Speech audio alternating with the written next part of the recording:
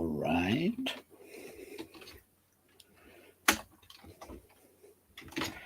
Test, test, test. Testosterone. Can you hear me? I hope not.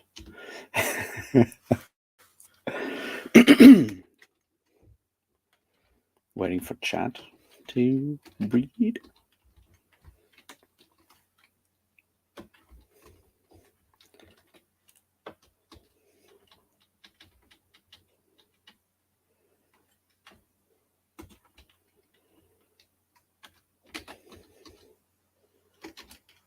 All right. I hope you can hear me. I still can't read the chat. I'm working on that.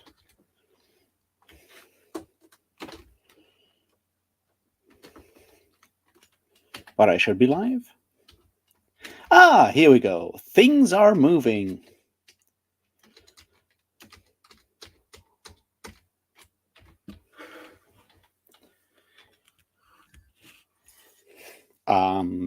Well, that sounds good if you have tequila. I don't have tequila. I have some beers left. Hey, Jin. Very cool to see you. Hooray, Ori. That sounds all wonderful, so I guess it's time to start proceedings. That was not very impressive. I hope I can do better later. Anyway, cheers, everybody. I hope you have a great Saturday evening.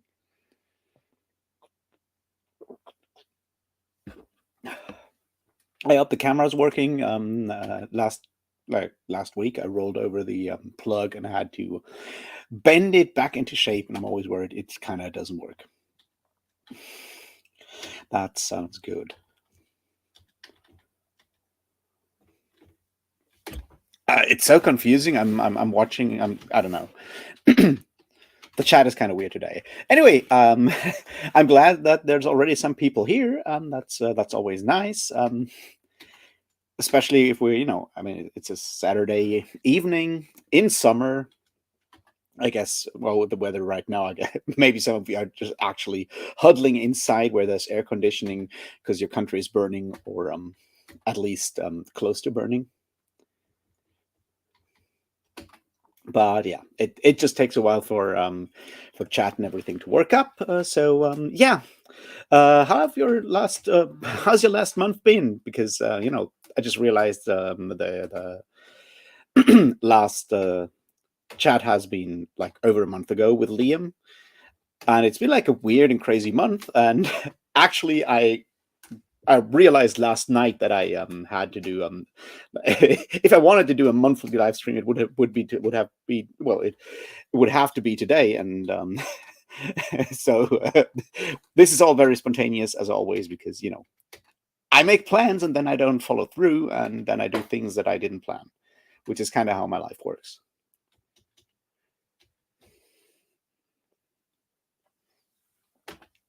Yeah, burning in both ways, Ori. I can imagine.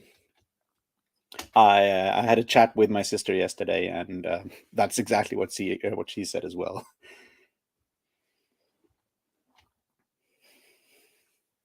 Wow, 24 only. That's nice. Don't tell anyone where you live, Jin, because otherwise we'll all try to migrate. Hooray, Ozo! How are you doing on this wonderful? Well, for you, I guess it's noon-ish, maybe.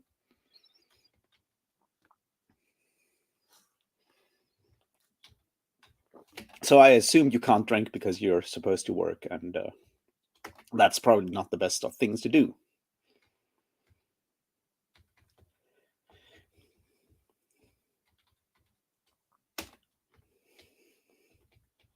All right, so let's do this very spontaneously and see what happened last month, what I've been doing, why things have been slow, those kind of things, and spiral from there into other things, and we'll see how that goes. I finished Hopeland today by Ian MacDonald, and it's a brilliant book, and I'll try to make a video about it very soon. It's one of those things where I feel bad if I make like a spoiler-filled discussion, although it definitely deserves like a spoiler-filled discussion, but For some reason, basically no one has read this book, and it came out in like March, end of February, beginning of March this year. And I look, there's nothing on YouTube about it at all. And when you Google for reviews, there's like one on Locust. I think it's Locust. And then Cory Doctorow has written about it on his website at some point. And that's all that has been about a new Ian MacDonald novel, where you're like, I thought people knew this author, and so I'm like, if I do like a full, discussion of the novel, it might be a bit of a problem because no one has read the book, and we all know how people feel about spoilers on BookTube.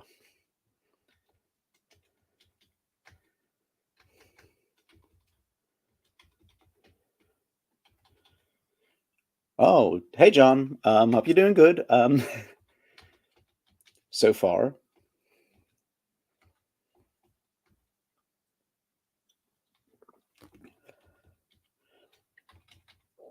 yeah, I will do a video about it. I think it's well worth it. Also, makes me the first person on YouTube to talk about a new Ian MacDonald book, so there's that. Which it's kind of, still it's kind of a shame.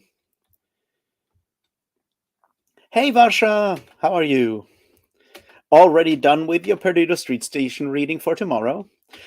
Okay, heads up tomorrow on Angela's Do Unicorns Read channel at this time plus something like 20 minutes, so like 9:30 for me, whatever time zone that is for you.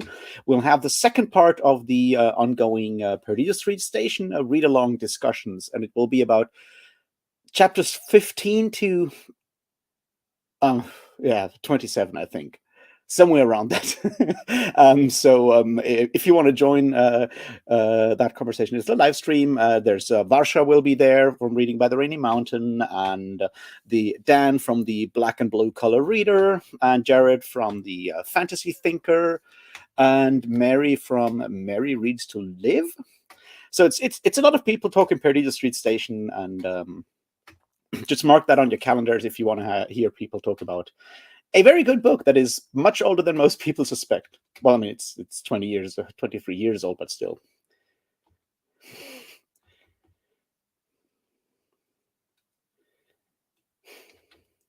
Yeah, I read about that in his text, in Corey's text, that he was going to do the conversation thing, but I don't think. Yeah, I haven't seen it pop up anywhere, so which is the shame.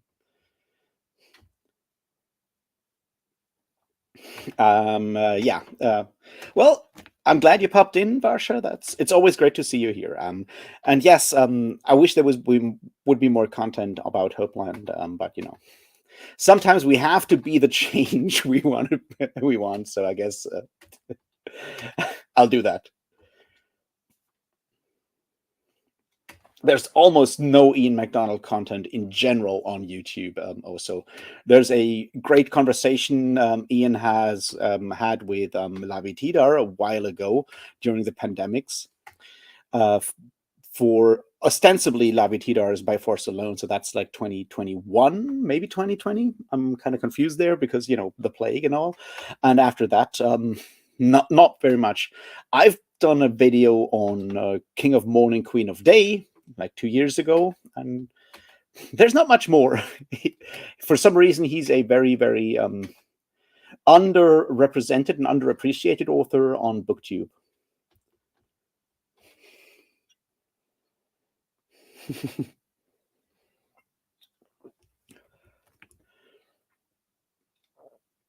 Well, also I'm in chapter 15 in Perdido as well, so I have a lot of reading to do tomorrow. Like not a lot, but I'll do that tomorrow because for me it's a reread, and I'm always happy to reread this book because it's good. It's actually really, really good, and it holds up really well. Is what I realized. Oh, in that case, it's if it's for static reasons there, I would consult an engineer before you remove a proper engineer before you remove a Perdido Street Station, Jin, because computer wires are very, very fiddly, and you don't want to keep them, have the whole tower collapse and everything. That would not be good.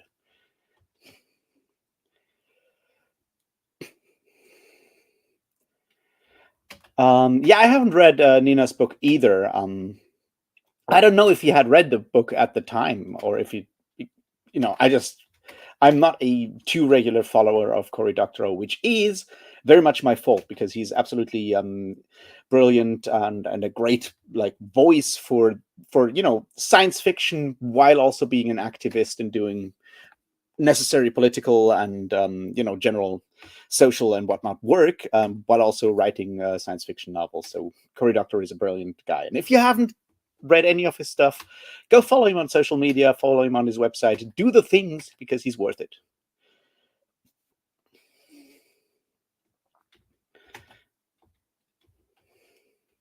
I assume you mean Purdy Street Station that you read at the end of that year also. From the Cyberabad Days collection, I assume, Ori. Like Ian McDonald is fascinating because he's done so many different things all over the place, from like magical realism on Mars, which is like his first novel, Desolation Road, which is basically magical realism, terraforming weird stuff on Mars, which is really fun. And then he did something on Alien First Contact, also with the AIDS crisis in Kenya in the 90s, with the I presume you pronounce it Chaga, but I'm not quite sure, because I'm not good with that kind of stuff. Trilogy in the 90s, and he's definitely written a lot of interesting stuff on his background in Northern Ireland, or like the Irish conflict in general, the times of troubles and things like that. And then he moved on to, well, River of Gods in India, Brazil, set in Brazil, and the really incredibly well written The Dervish House, set in Istanbul. And then he went to the moon with his Luna trilogy, which is I haven't read that one because reasons, but from what I can tell, it's basically Game of Thrones in space, but also a reworking of The Moon is a Harsh Mistress by Heinlein, and taking away the more stupid aspects of Heinlein's libertarianism and using all of that, doing the Ian McDonald thing there, because he's just really good at at writing. He's got fantastic style, and I think like one of his absolute strengths is his sense of place. Like Ian McDonald writes place and settings like no one else. Like the feeling that he has for cities and stuff is brilliant.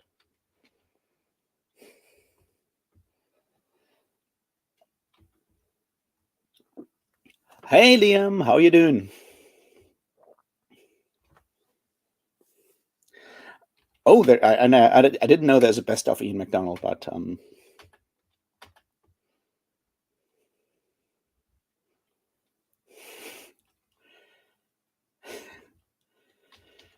okay. Once you're done with that sword and sorcery story, also, I guess we all want to read it. I hope you'll finish it, and we can talk about sword and sorcery, cosmic horror, and tentacles, which will be interesting with the Perdita Street Station conversation, because I feel we might be veering into the cosmic horror parts there very soon as well. One of those years best of. So one from like the, I guess, mid 2000s. I guess must have been when he wrote those Cyberabad Days short stories.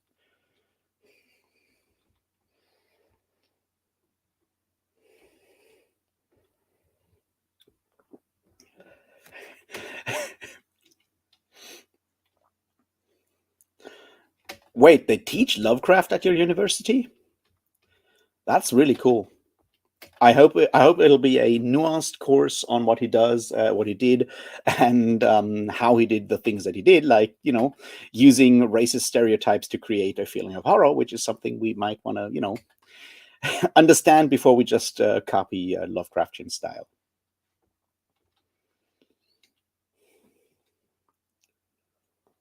It's called Luna, and there's three books. One is Luna, New Moon, one is Wolf Moon, and one is Luna Moon Rising, or something like that. I keep confusing them, but it's a trilogy from like the, I guess, 2010s until like 2019 or 2018 or whenever the last one came out.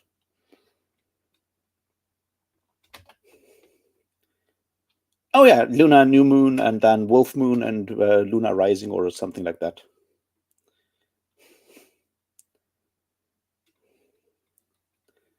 Nice. Well, sounds good. Algernon Blackwood is really good. I like him, and yeah, it does sound like fun.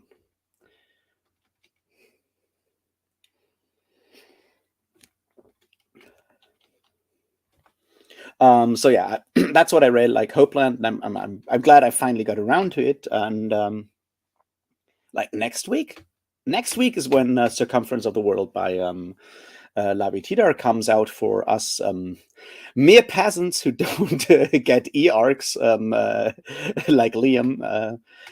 Yeah, and I'm very excited about that. That should be very, very like a lot of fun.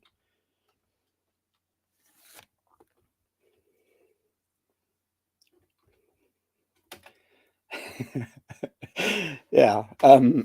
It's kind of interesting to me, though, if we want to linger a bit more on the dearth of Ian MacDonald appreciation in on BookTube. It's very fascinating for me to see how BookTube, and I've been looking around what people read on a lot of, like, when you go through different discords, what people put in there, like what I'm reading right now. It's very interesting how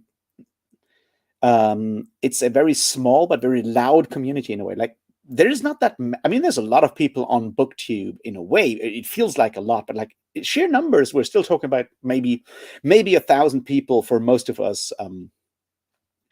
Maybe 1,000 people that are watching BookTube regularly, being active in communities. Because let's face it, yes, you go to someone like, I don't know, Daniel Green's Discord, or you go to Mike's Discord, or one of those. They have obviously tens of thousands of members on their Discords, but the active group is a much smaller one.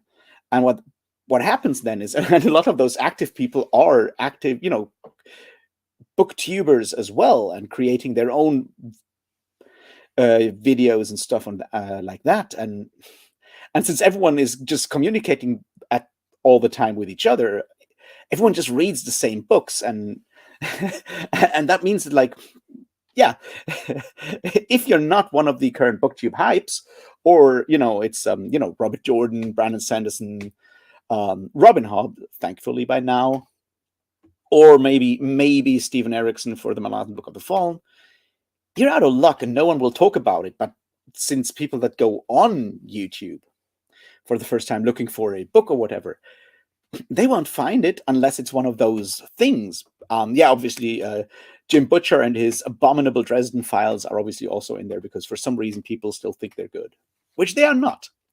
I'll just say it now. The Dresden Files are not good books.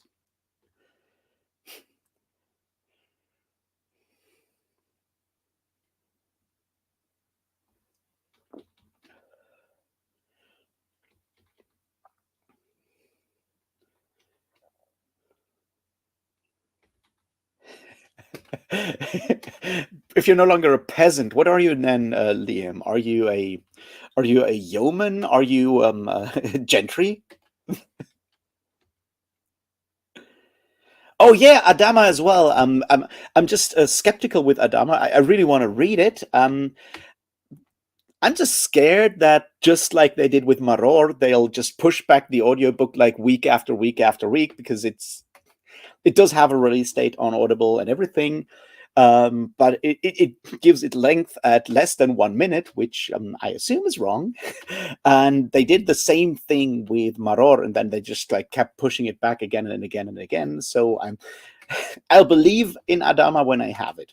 But Circumference of the World, yeah, will be out next week, so I can jump right into that, and I'm very excited.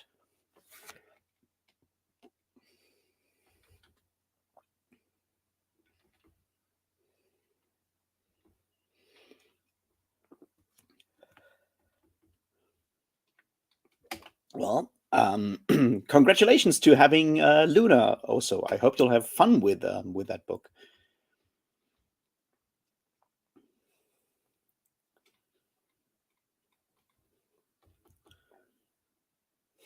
Yeah, it would be great if Cal would appear.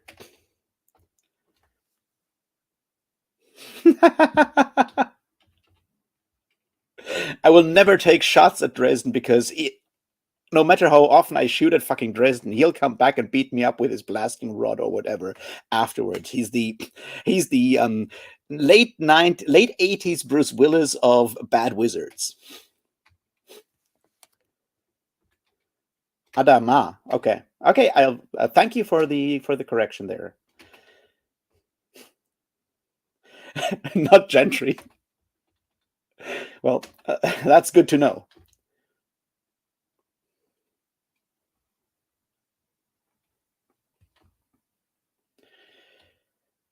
Well, basically, Butcher wrote World of Darkness, White Wolf, World of Darkness pen and paper role playing game fan fiction, and just added a twist here and there. But you can very explicitly see where he takes his Vampire the Masquerade and Werewolf Apocalypse, and what's the other one?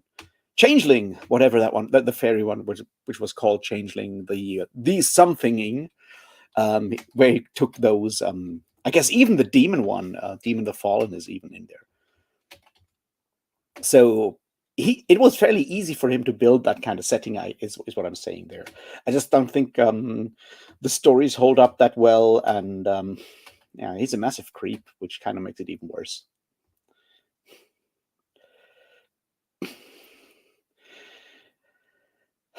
Not all the best stories are set based on RPGs. Some are based on RPGs, but being based on RPGs is not necessarily a guarantee for having a good story.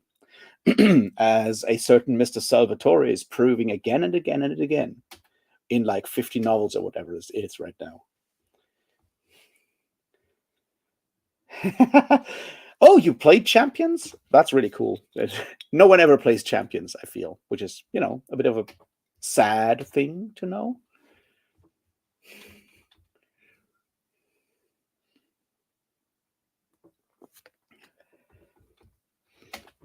Yeah, also, Ori, you're saying something very interesting there.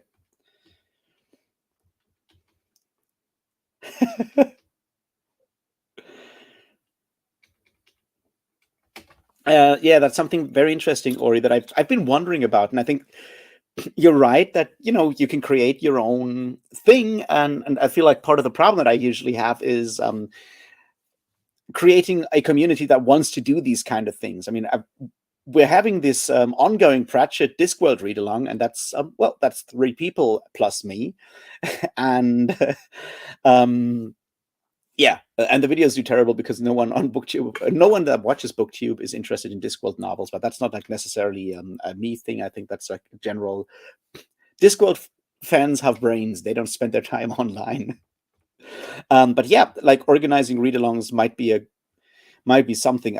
I'm just like sometimes worried, and that's definitely a me thing. Is I'm incredibly chaotic and incredibly bad at organizing something and keeping it running. So if I say like let's do a read along, something might come up, something will most likely come up, and then I'll just be somewhere completely else with my brain, and that's not good for organizing a read along. I'm also really bad at pushing people, keeping the discussion going, and so forth. It's unfortunately something where I'm really bad, which is part of the problem why I'm very reluctant to organize these kind of things.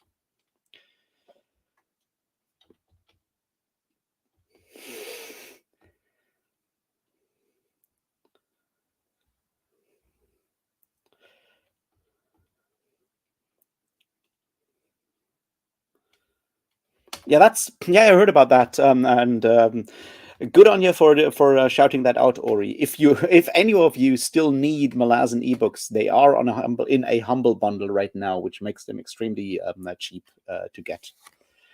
So go get them if you haven't yet.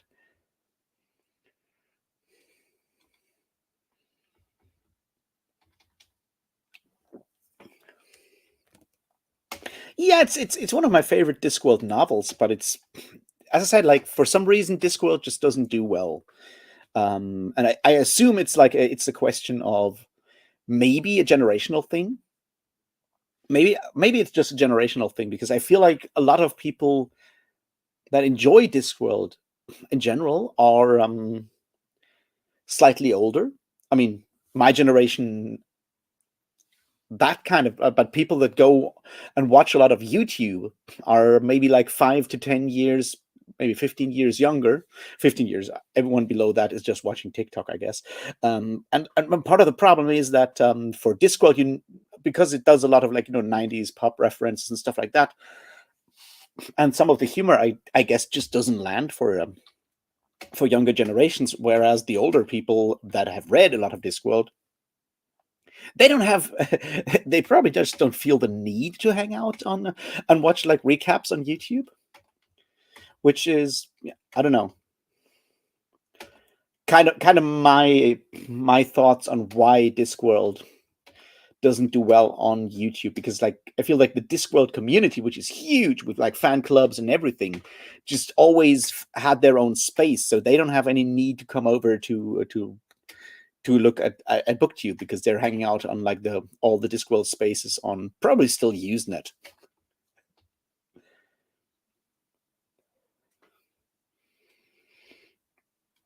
Yeah, yeah, something like that might be a good idea for like cool or lesser known authors, and do like a, hey, we're all reading this, and then have like a discussion kind of thing. I like discussions, because that's kind of what I really want with BookTube, right? Is like, I want to talk about books that I like, but I want other people to have read them, which is sort of like my big Hopeland problems. Like, I've read Hopeland, now I need someone to talk to.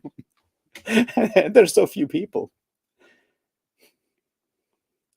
Yeah, Buffy certainly plays into Dresden as well. Also, I'm pretty sure that Buffy was another inspiration, but it's very much like, when you look at the setting, it's very much Vampire the Masquerade. And I think I've read somewhere that Jim Butcher actually played the Vampire the Masquerade LARP back in the 90s. So it's very explicit if you have ever played or read those source books from White Wolf back in the day, which I totally never.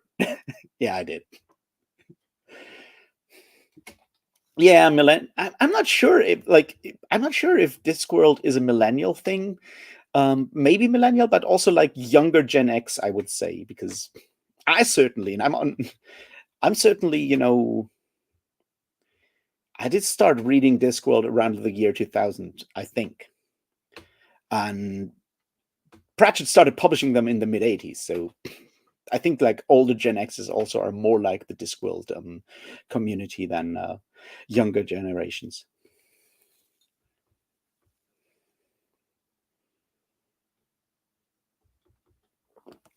Oh, I agree that you can read Discord without any of the references and still have fun. But I'm also not sure if the Discworld style works well with what people expect from fantasy these days. And I think that's like another thing we'll go into in a second.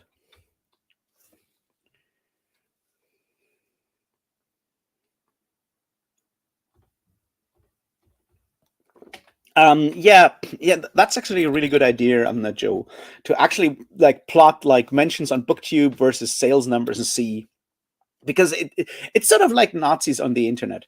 They're proportionally much louder than their actual numbers in the real world, or so I hope.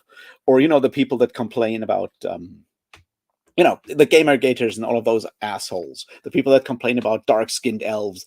They are a very small number, but they're very, very loud. And that's kind of what the internet does. The internet, in theory, is, social media is a megaphone, but not everyone grabs that megaphone, but small groups do. And sometimes that's good, and sometimes that's bad, but it's always the same effect. So people that are in the BookTube bubble will think like Robin Hobb is huge, which sadly she isn't. Like, I don't think her sales numbers are that good. They're not, I mean, they're not terrible, but it's certainly not comparable to like the percentile, the space she takes up on YouTube, which, good for her. It could be spent on much worse authors. So I'm not complaining there. I'm just saying you're right there, that some of these authors that are celebrated to death on BookTube are, well, sales wise, not comparable. And up to a point, Malazan is the same thing.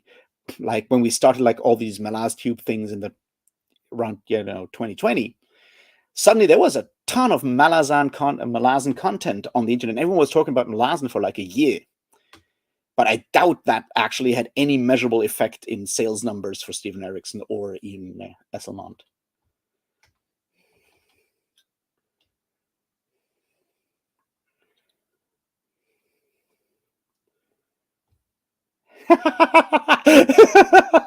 I love that, Jin. That sounds like a really good thing to do.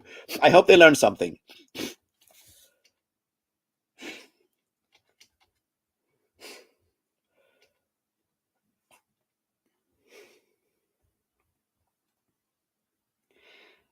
Yeah, I'll be very happy to talk Hopeland with you, Ori, because I think you might enjoy it. It's sort of, if you take Kim Stanley Robinson's Ministry for the Future and add like actual characters and an actual plot to it, and if those characters are sort of like the kind of characters that Neil Stephenson writes in something like Terminal Shock, but less Neil Stephenson-y, but like with that like eye for like slightly quirky characters that Stevenson has always had. It's sort of that kind of characters, and then you add like a feeling for like or an understanding for aspects of like the very like that pulse of the now, like underground cultures and subcultures that William Gibson has usually had, and especially in his like early 2000s in the whatever that Belgian trilogy was called, the Spook Country, Zero History, Pattern Recognition trilogy. If you take those kind of things and put them through a blender, that's kind of what Hopeland feels to me. And then it's obviously about climate change and you know, gender nonconformity and all kinds of other cool things that are really relevant right now. It's just a really good book that fits very much into like the kind of books we should read these days, I think. Hey Kadya, how you? Hope you're doing good.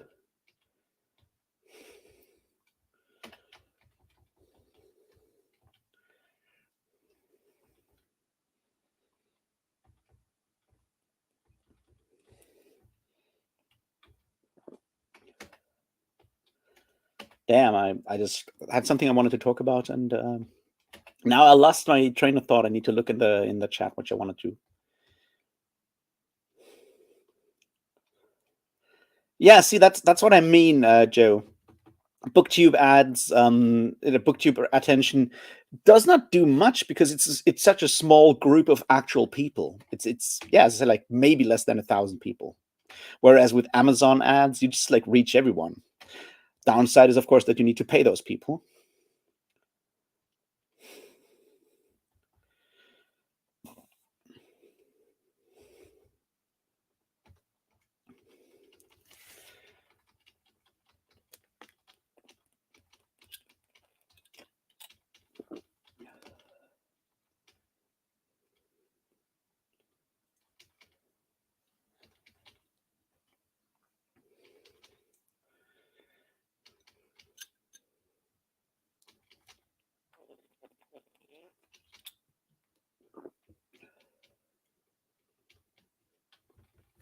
Yeah, but I guess it's just lost, and I'll just scroll down to the end of the chat. And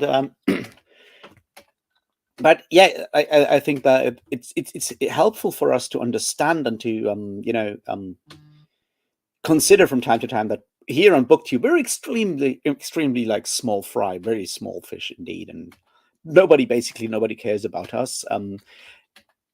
I mean, even like someone like Daniel Green probably doesn't have that much of an impact with his like 500,000 subscribers or whatever it is by now. So I don't know. Um, but it's still kind of sad because it could be cooler.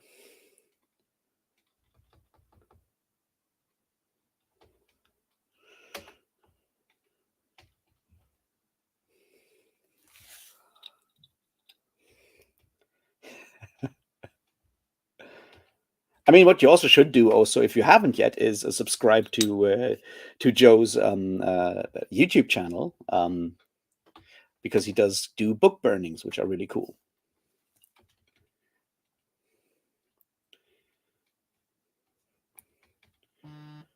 Yeah, I think that's like another part, Kadia, that we only influence ourselves. It's an echo chamber.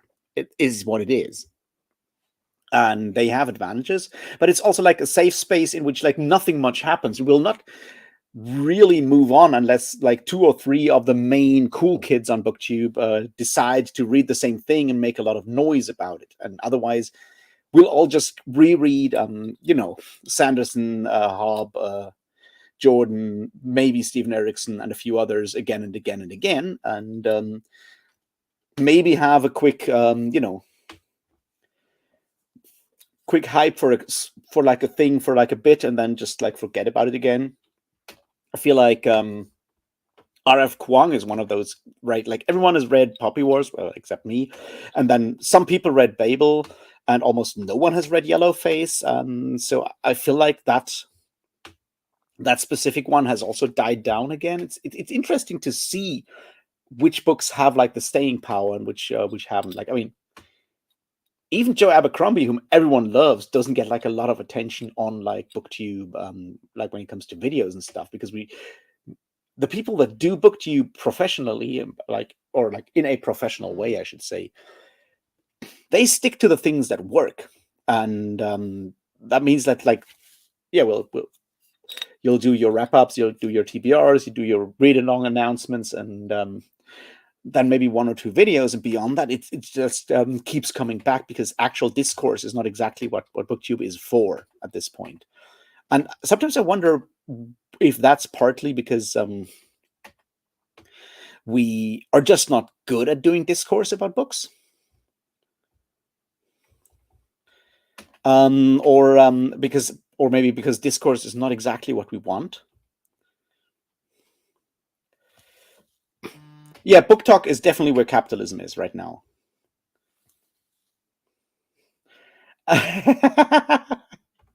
Well, Joe's book burnings are good, is my point. Um, is Yellowface worth reading? I only read Babel.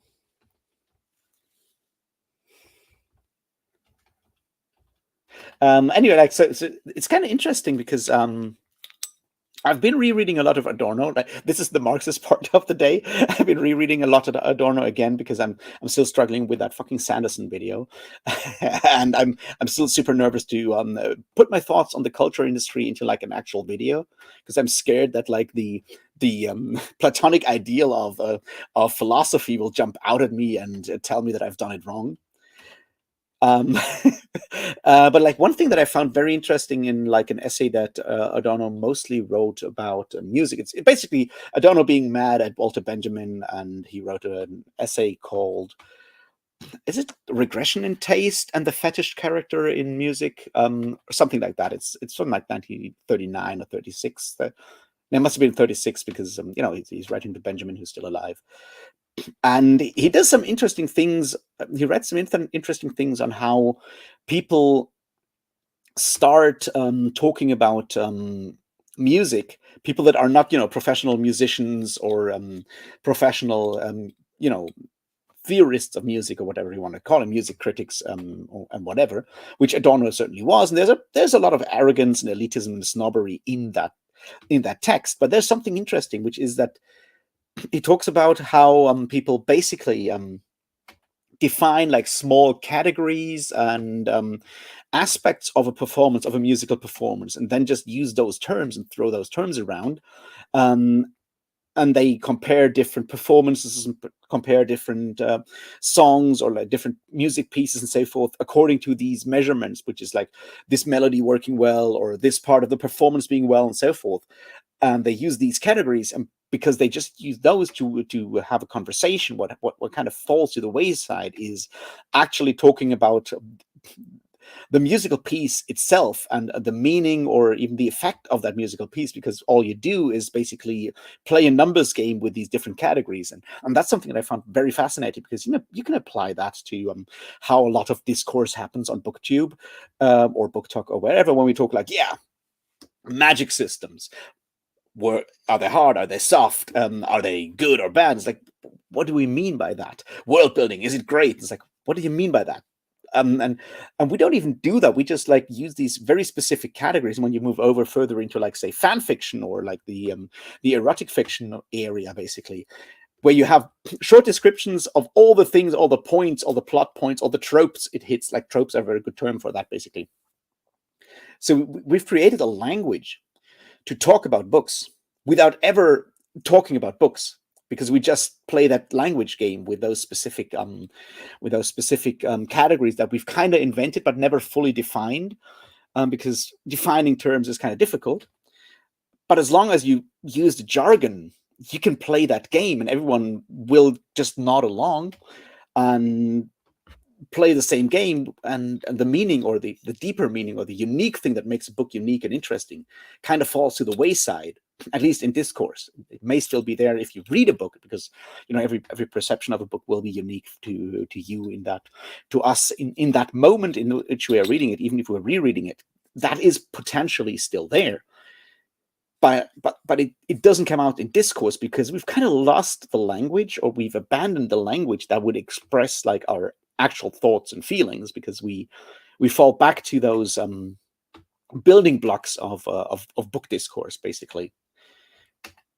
Anyway, that's just something that I thought about while I was rereading Adorno and then taking a shower, and I'm like, wait.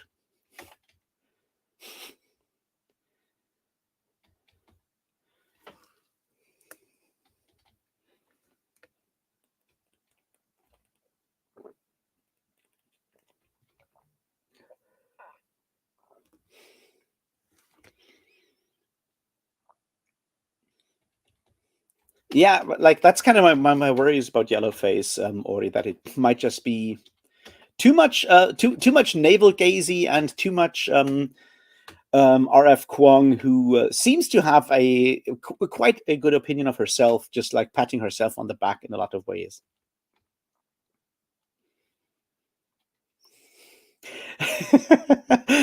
Well, I can't wait for that superhero to show up in your novel, Joe.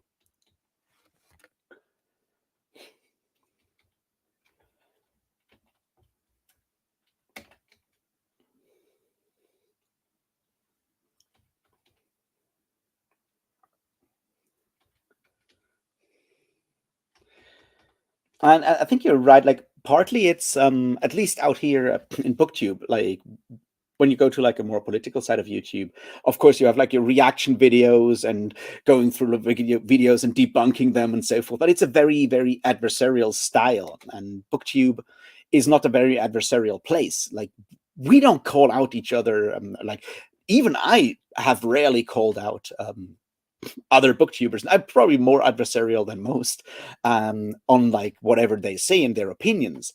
So all that remains is people making videos, which are basically declarations. We just like go on and give our sermon on the book of the week, and then people either comment or they don't. And when they comment, they're like, "Yeah, I agree," or they go like, "Yeah, I didn't like that book," or they just say something like, "Oh, you're so fat and ugly. Why do you even dare to talk about this book?"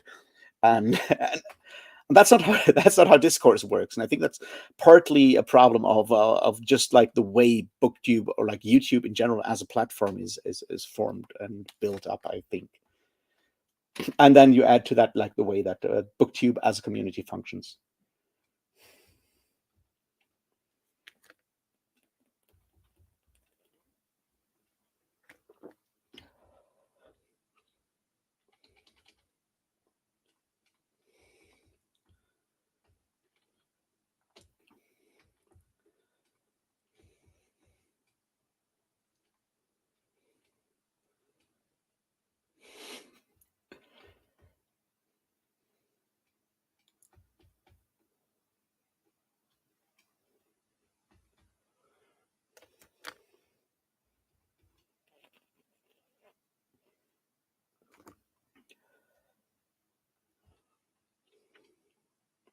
Yeah, John, you're pretty much right. Thinking is dead, and I think that's important to understand. Like, I'm not like excusing myself from that. I fall back to those like to those words, to that jargon as well, because it's easy to use that jargon, and you know that if you do that jargon, it'll work, because people will just assume they mean they understand what you mean, because they'll use their assumptions, and we'll just like have our happy conversation, and have said nothing, which is sad.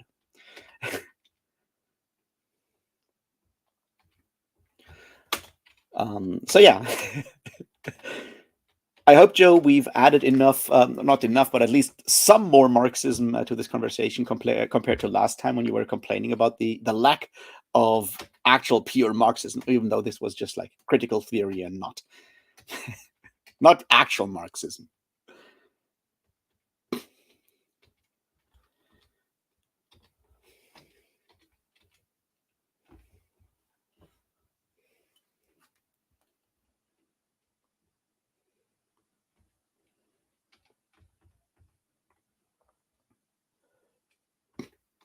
So yeah, okay, Jane. Yes, there are places where discourse happens. Sad to say, it still sometimes happens in academia. It can happen in academia, depending on, having the right group of people, and having a professor, for example, that is into that kind of stuff. But it's rare because, well, so much of what we do is about presenting ourselves and presenting an image, or like a picture of ourselves, to other people. It's like, you might want to call it spectacle if you want, and to, being that image. And when you read Guy Debord, like the side of the spectacle, like, it's like, it's a conversation between spectacles. So the humans behind those images will never actually be able, can never really communicate with each other, because we communicate always through those images. And there's always like at least two levels, layers of like images and imagery between the actual humans. And that is very much a sad state of affairs, but also one that is more or less inevitable under capitalism, in the way that we've set it all up.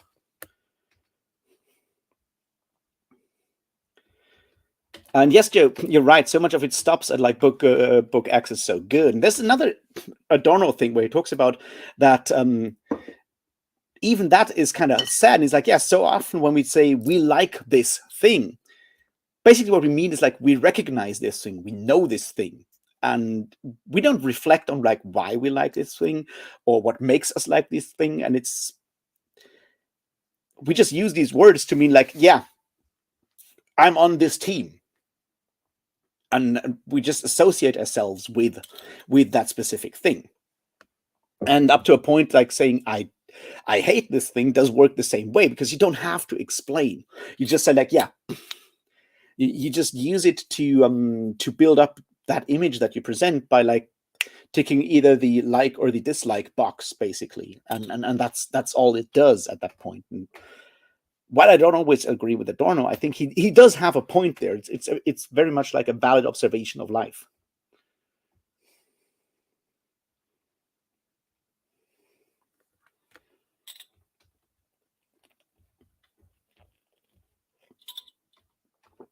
Yeah, I think you're right also with the algorithm up to a point.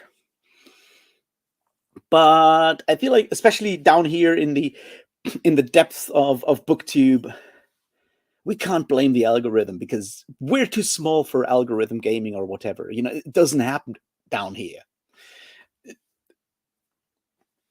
Like, if your channel has like 400 subscribers, the algorithm ignores you anyway. You can do whatever the fuck you want down here.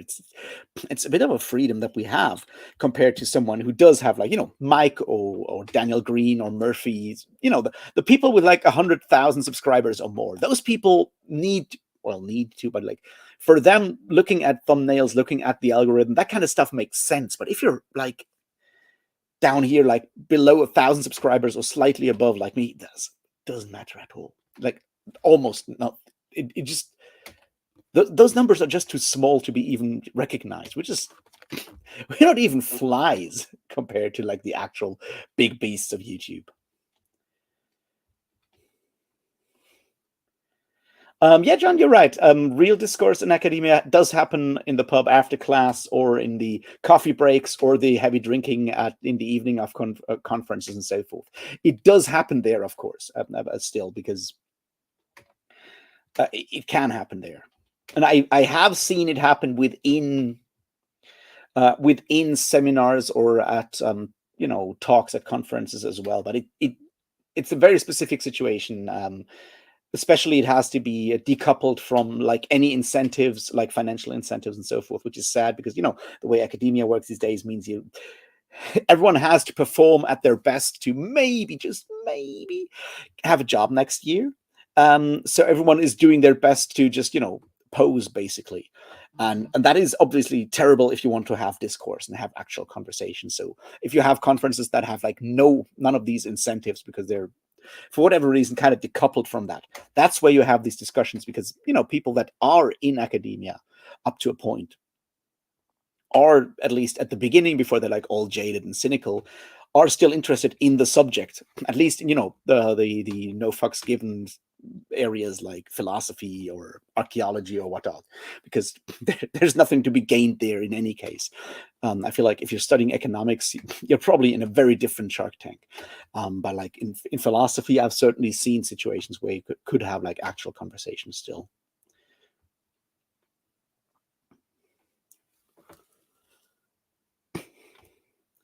Yeah, that's the point. It's about building teams and just proclaiming allegiances, basically.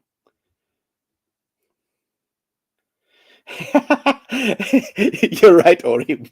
Flies should be best at spreading buzz, and that's like the other things. Like when Joe said like that the YouTube resonance didn't have like much of an impact. I don't know what much of an impact means, and you don't have to say numbers, Joe. But like I feel like if someone puts up a review of your book and like measurably, like the next in the next 2 or 3 days, 10, 15, 20 book people buy the book, that's already like a measurable impact for a self-published author. It's obviously nothing for like Brandon Sanderson, but like a lot of, that's like the other part, like a lot of the books and like the authors we talk about, their sales numbers are not in the millions. They're maybe in the tens of thousands if they're lucky.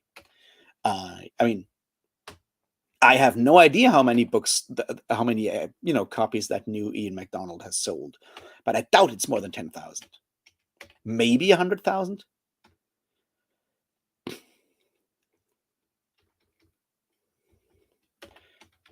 But I doubt it. I would hazard that it's like somewhere in the tens of thousands, maybe if he's lucky.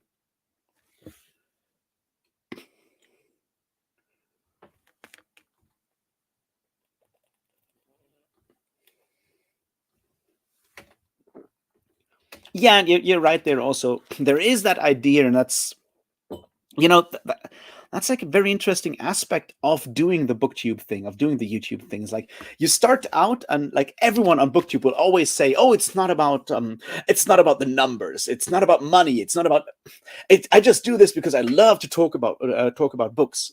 And yeah, bullshit. It's not just that. As soon as you've done this for a couple of videos, you want to have that feedback. Yeah, it's not about money, because there is no money in these numbers right now. But it's very much about having that feedback. You will be, and YouTube reinforces that, right? You will look at your view numbers, your likes, or and your comments, and if you put out a video and it gets like 10 views and 1 comment, you'll feel bad. If it gets like 100 views and like 10 comments, you'll feel better. If it gets 1,000 views, you feel like the king of the world, and you want that again because it gives endorphins and shit like that.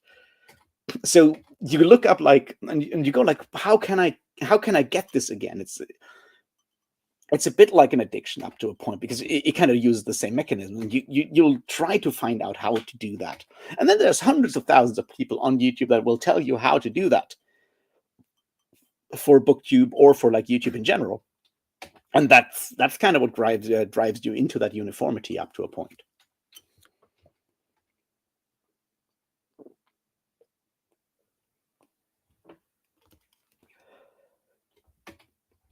Yeah, that's an interesting point, but like having to have like at least 3 recommendations. But for that, you have to follow 3 booktubers at least, and they have to talk about the same book.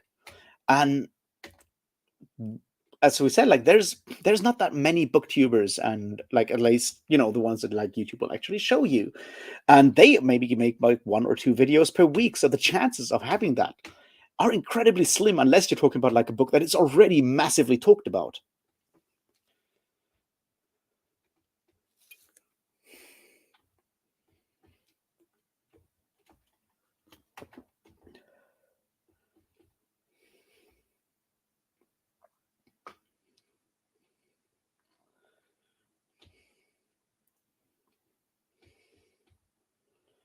Hey Ben, how are you doing? We're talking about like how YouTube sucks and how we all suck because we can't talk about books because capitalism.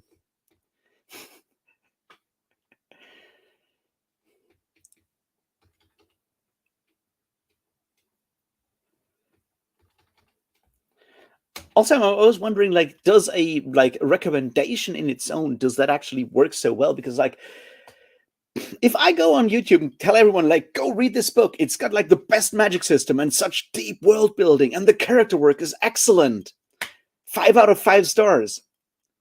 Does that mean anything? Will anyone buy a book because of that?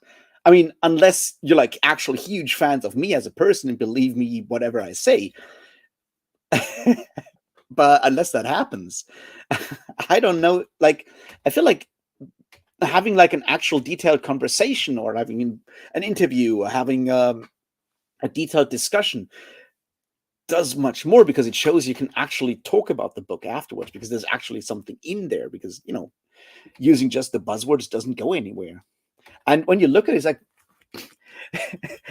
except booktube hero Liam, who how many people do actually do a lot of of reviews these days? Like most people like do all kinds of other stuff, like maybe a rant review if they're really angry at a book, or like a rave review if they're like really excited about a book. But like most people just do like wrap ups and challenges and all kinds of other stuff of that sort, and don't actually really do a lot of, you know, like book discourse.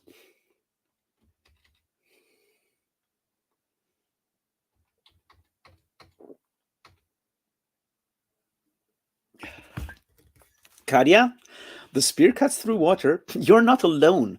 There is this problem that, like, even my phone has conspired against me and wants me to read this book. I have the audiobook on my phone already. I've taken that step. And I usually fall asleep to the audiobook of Guards by Terry Pratchett, which is sort of my bedtime reading for like half of the year now.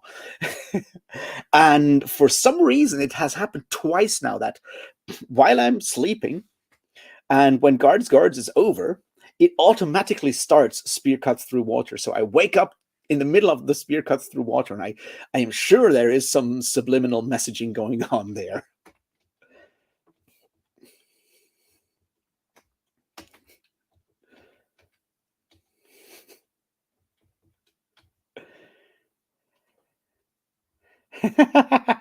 See, I'm not even using the to read button on Goodreads because I don't know how to use Goodreads. I click on things where I'm currently reading them, and then they stay on that currently reading thing until I finish them, and then they go to read, and that's it.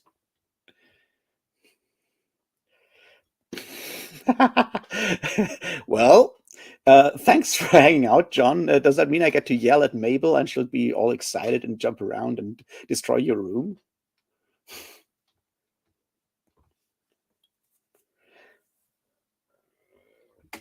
I am technically following Zara, Books with Sarah. Yes, I am. But it's been a while since I watched any of her videos for reasons. But I haven't watched a lot of BookTube recently. It's like,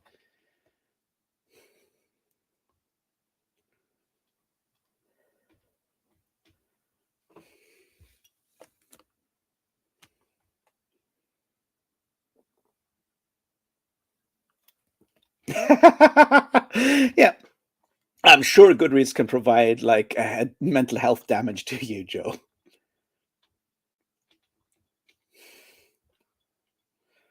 I surely hope you have not hacked my phone. There's nothing on there. Trust me.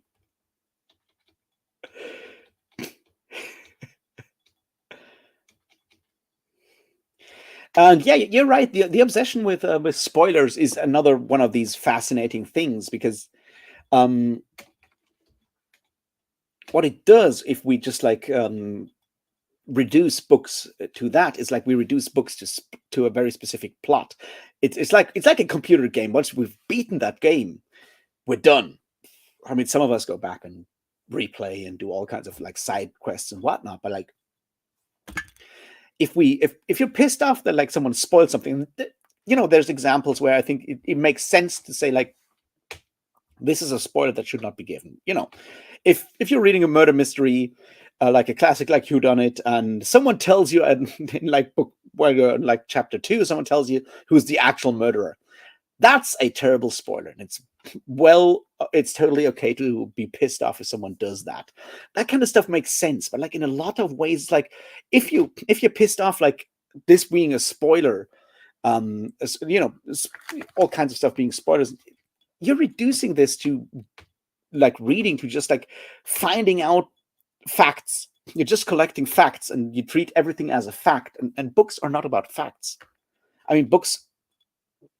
It's a very interesting thing that I thought about a lot when in philosophy. I did like a couple of seminars on the question of like knowledge and truth in fiction, and it's a very interesting aspect of that, because fiction can provide interesting facts, not facts, but interesting knowledge, but it's not factual knowledge. So treating a book just like a long series of facts that can all be spoiled, because you can only spoil facts. You can't spoil things that are not, factual statements.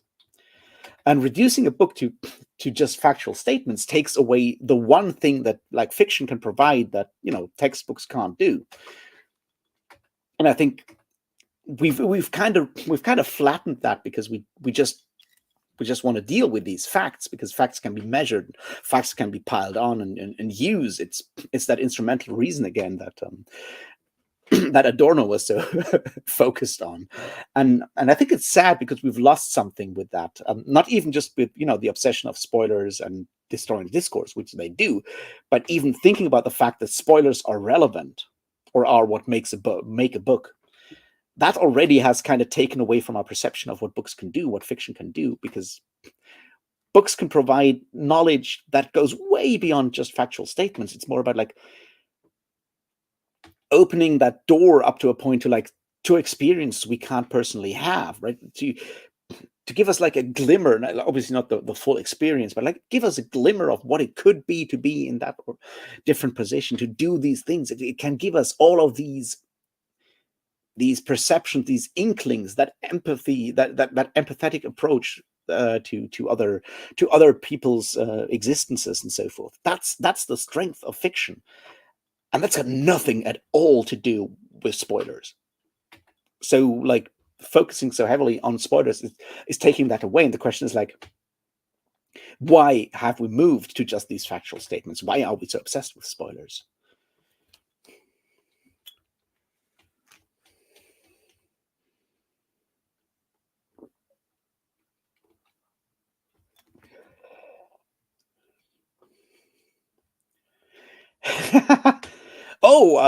Great. Are you enjoying Shadow Games so far? Because I really like it. I think things get much better after that again. Dreams of Steel is really interesting. She's the Darkness is Bleak Seasons is one of my favorite Black Company novels. I really like what Cook is doing there when he's discovered another literary tool and does like several nested plots and stuff and nested narrations and shit. It's brilliant. More people need to read the Black Company constantly.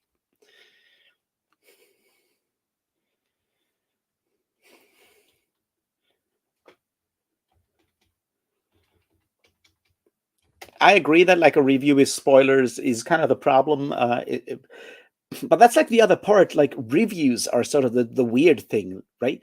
Um, see, how can I put this? In German, we have like different terms for that. Like we use review in German, but we also use the very Germanized Latin term Rezension, which is already a different approach to it. And when you look at like literary criticism, it's like even another aspect of it, because reviews at the end of the day are product reviews. They're like your 5 stars on Amazon would buy this again. They're like an advisory whether you want to consume or not. And that's a very different thing from talking about like the actual impact or content of a book. They're more like will this give me like satisfaction for the price of is it worth its money? That's all a review can answer. And once you do that, you reduce obviously you reduce a book to well, a commodity that has to fulfill a specific purpose. That purpose being entertainment, and then it kind of all breaks down because the content gets lost on the way.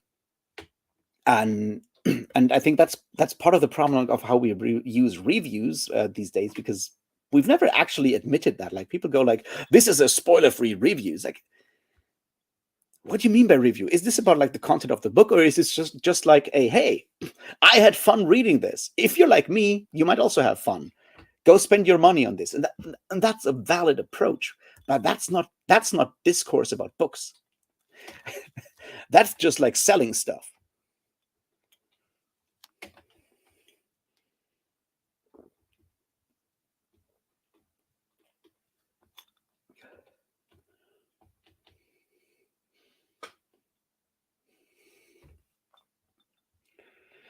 Oh, yeah, Croker is the best. He might be my favorite Black Company narrator. And this may be a spoiler, Bend, just because he's no longer the narrator doesn't mean he's out of the picture. So you'll have more Croker.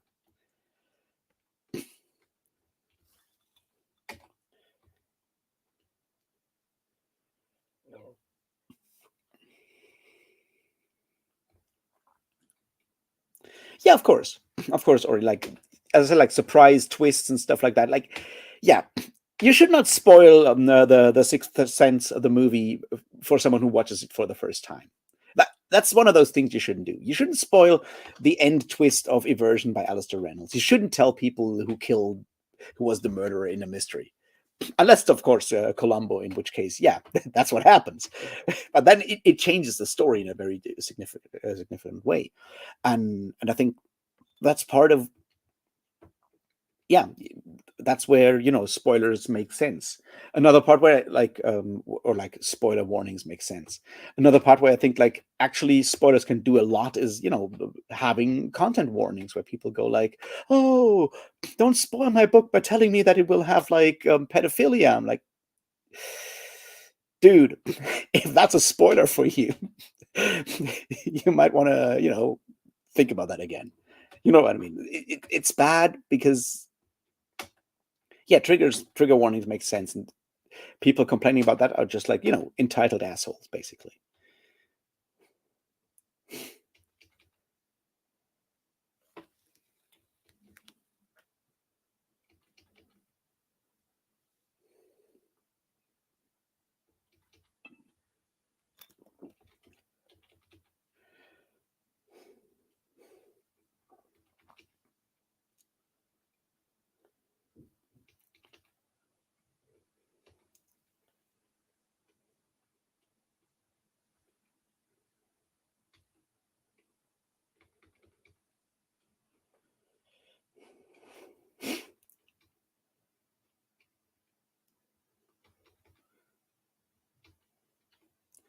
Oh yeah, yeah, that the five, yeah, that's the point. Like, 5 stars in Amazon, they make sense because Amazon is not for like talking about books. Amazon is for selling books. I'm fine with that, although I've told that story before, I think, but it's super funny. Like, years ago, I wrote like a very angry review about like a an album of a band that I didn't like. I mean, I didn't like the album. I also don't like the band, but it doesn't matter. The album was shit, even compared to their previous works. I just thought it was shit. And then people complained and argued like, this album has so many 5-star ratings on Amazon, so clearly you rating it 1 out of 10 is wrong. And I'm like, what kind of argument is this? How do we do this?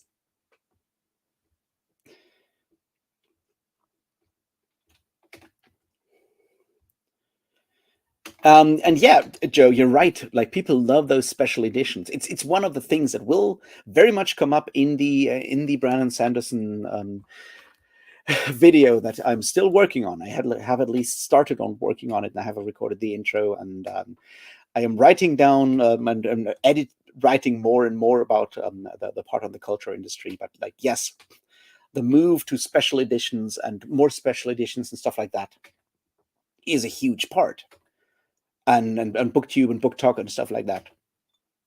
plays into that, because obviously it's not just Sanderson, it's just like a combination of a lot of things. And that move to limited editions and cool looking books, I mean, it's once again, there's like an interesting point with Adorno in like in Dialectics of Enlightenment, when they talk about the artwork, and they're talking about music at that point, but it's a very interesting one where they say like the artwork is just the advertisement for the commodity.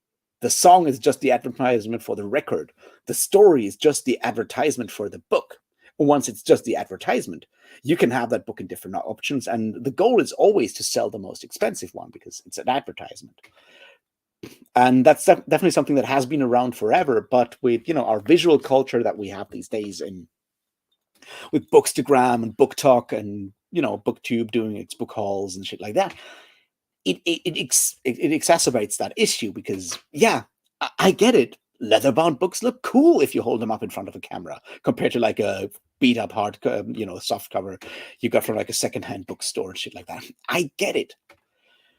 But it's still, you're selling a product at this point. You're not actually selling a story. You're not even talking about the content of the story. And that's kind of where you separate like art and at its core, storytelling is an art where you're separating the story from the product, from the commodity. And that leaves something on the floor. And that is, well, stories and the power that stories have, to move us, to change the world. Because at the end of the day, the goal of telling stories should be to change the world. And that can be like just as like, giving someone a nice time while they're reading the book. That's still changing the world in a very small way. That can be, of course, giving people ideas that lead to, the revolution and the dismantling of capitalism and patriarchy.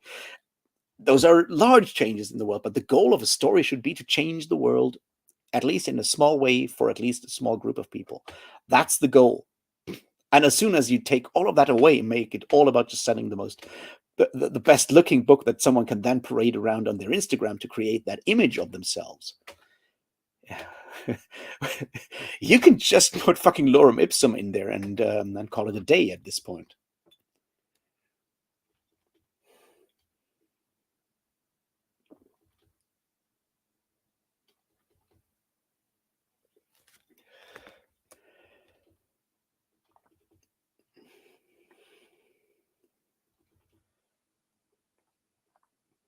I still love the fact that you named it Carson's. That's I had to laugh about it when I read it on Twitter.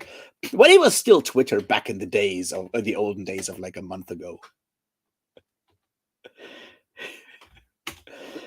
I need to reload chat because you are actually talking to me. And now my screen reader needs to reload because the world sucks. Or at least technology does.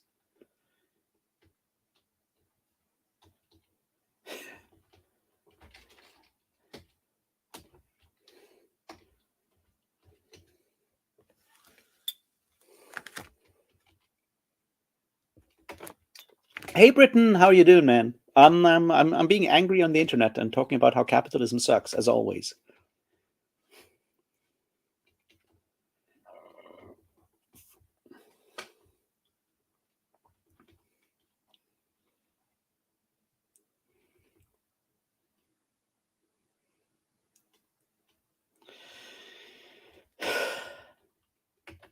Yeah, trigger warnings in academic courses are like a weird thing. I feel like there's ways of handling that are like, yeah, if there's a trigger situation in like a text that you talk about, the persons that are triggered by that should probably not attend that specific lesson, and that's it. It should not mean taking out the text completely because, there's stuff to be learned from dark shit if you can handle it. But those who can't should not have like a disadvantage for not being able to. I think that's sort of like the problem with like trigger warnings in academia. But like, yeah, there's, you study psychology, there's going to be stuff in lectures that will fuck you up. You study, history. Yeah. I mean, we've come to the point where people, for example, in history, will talk about, say, the Yugoslav civil war of the 90s.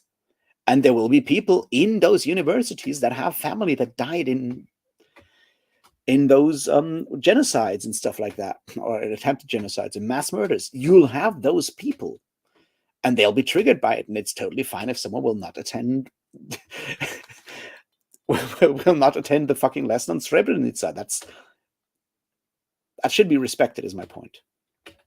But it doesn't mean we shouldn't talk about it at the same time.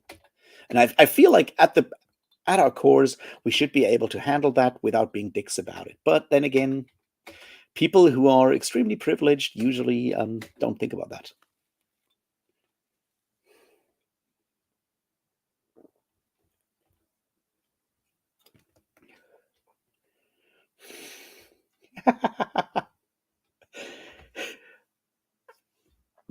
Yeah, the internet has made so many things easier, and part of those are starting cults.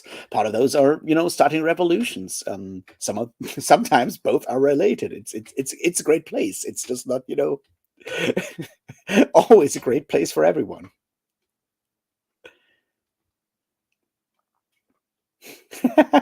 Yeah, you're right. Last time Joe complained about the lack of actual Marxist content, so I did reread the entirety of Capital since then, and I'm using it all. We're creating surplus value around here. Trust me.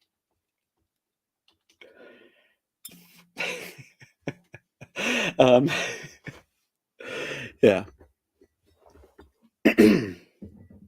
uh, Damn. Now John is gone, and I wanted to talk about like while I'm coming up with new ideas, because as I said, like I didn't prepare. I wanted to quickly talk about the wonderful podcast that John and I have started, the Metal Industrial Complex, and we'll see how long that goes. Because last time someone started a metal podcast with me, it didn't last long, but I hope this time it'll be better. And we're talking about like similar things that I've just talked about, with books and stuff. We're using a lot of the same kind of lenses of looking at like how the heavy metal scene works, how heavy metal music is marketed these days, how metal fans behave or are exploited by the system, stuff like that. But also, just having a fun, somewhat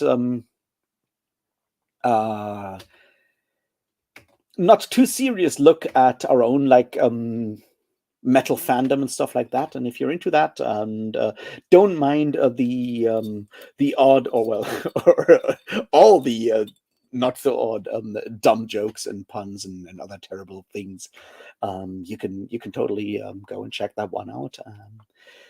I forgot to put it down in the links here, but I think I shared it somewhere. I can probably just like put it in the chat. It's Metal Industrial Complex .buzzsprout.com, and you can find it there. And I'm already having a lot of fun with it. Also seems to enjoy it so far.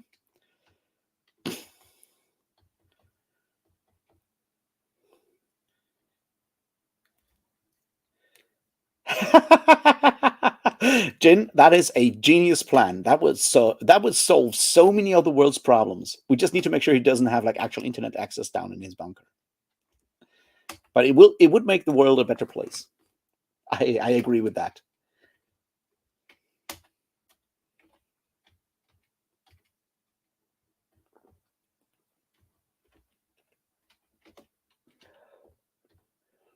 Hey, Paramita, how are you? Have you finished Hopeland by now? Because like you were like half through the book, like when I started the whole conversation, though.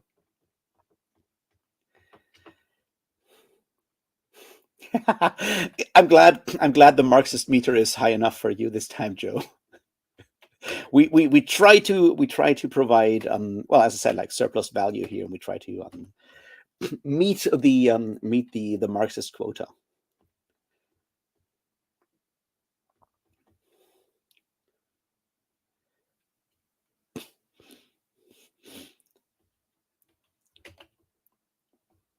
Yeah, okay. It is a weird book, and it's yeah.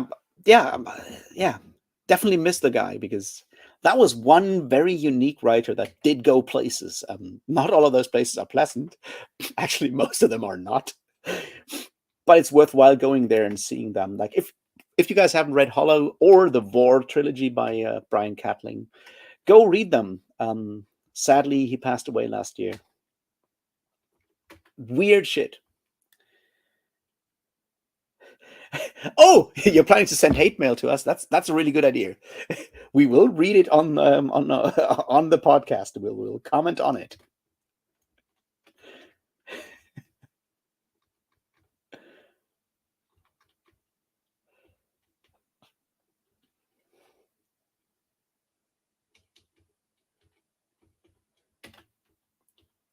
It's totally understandable that you're more into Bollywood than heavy metal. I can live with that.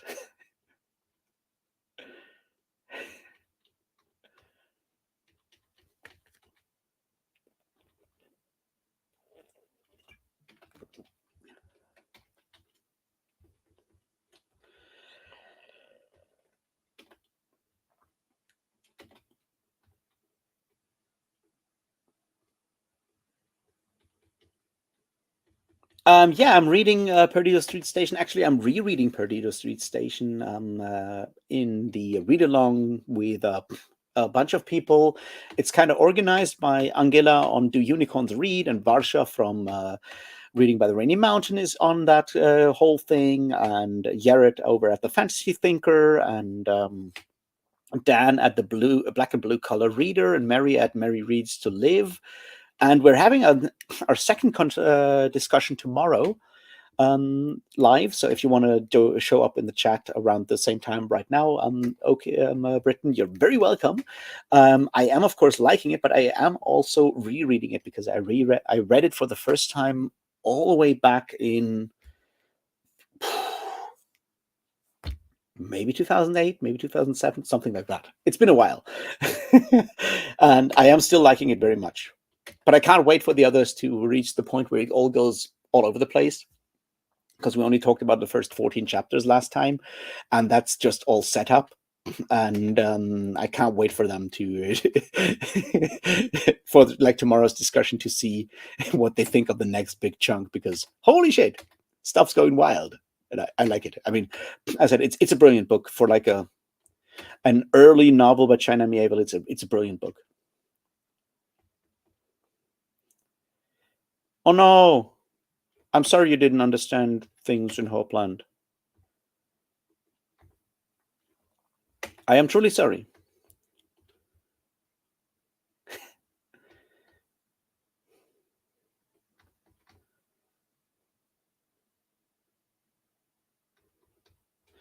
I can tell you that Sabaton is basically the heavy metal equivalent to Brandon Sanderson.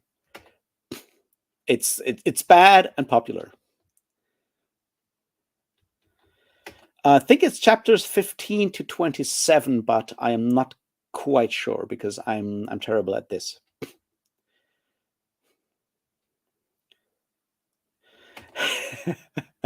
I think it's very much a Marxist novel, and Perdido Street Station in a lot of ways.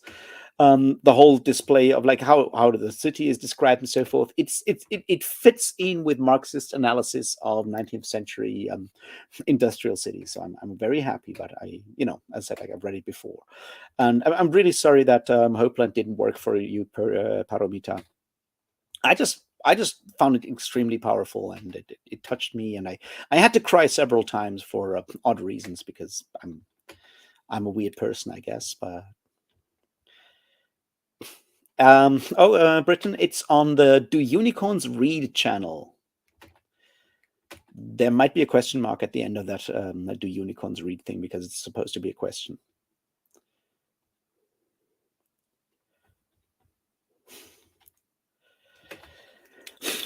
Yeah. What can I say about you've crushed my hope, and Paramita. No, it's all fine.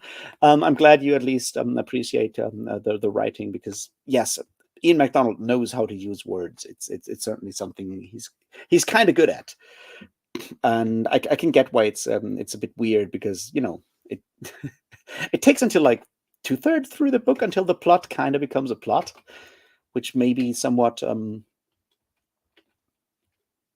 weird.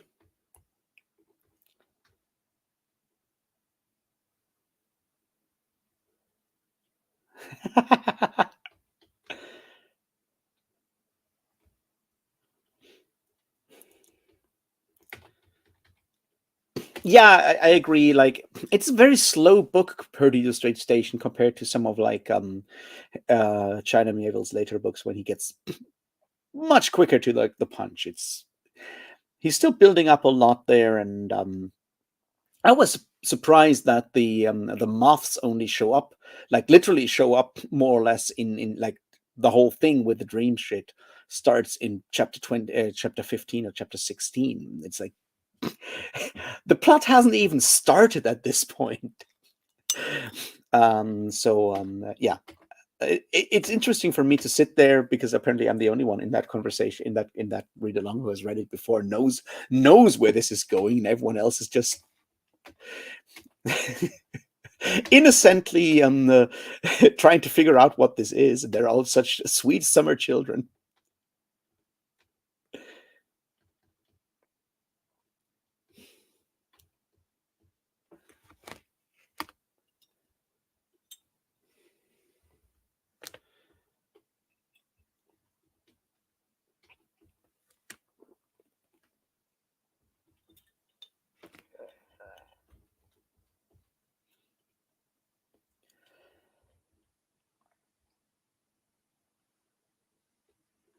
Yeah, it's a very slow burn, and yeah, no one wants to live in Nukrobison unless you're part of the bourgeoisie, because that's kind of how that works. If you're one of the rich fuckers up on the hill, you're good. Everyone else has to suffer and smell all the dirt and filth that is slowly rotting in the streets and the sewers that are kind of creeping out of the street onto the streets. It's a bad place, but it's also so visceral. That's one of the things that I loved, like that slaughterhouse scene in the first couple chapters that we talked about last time. That's one of the most like it's not fully the jungle, but it's very much inspired by that and very much on the same level, right? And it's one of the things that well makes China Miéville the powerful author that he is, the powerful writer that he is. And that's kind of the part. Is It's very difficult to just explain that with, to bring it back to what we talked about earlier, right? It's very difficult to explain the appeal, or well, the impact of Perdido Street Station if you just use the usual booktube jargon of talking about the magic system and talking about the world building and the character work. Because yeah, those terms are there, but what makes Perdido Street Station tick is not that. It's something else. It's how it just like punches you in the gut and makes you feel how bad everything is, and then turns it into that like absolutely terrifying cosmic horror of well, let's not go there and not spoil it, but yeah, it's something, it's qualities that are unique to the text. There are that cannot be classified in booktube terminology, or like current like book social media terminology that we usually use, because yeah, books can't be categorized by those kind of terms.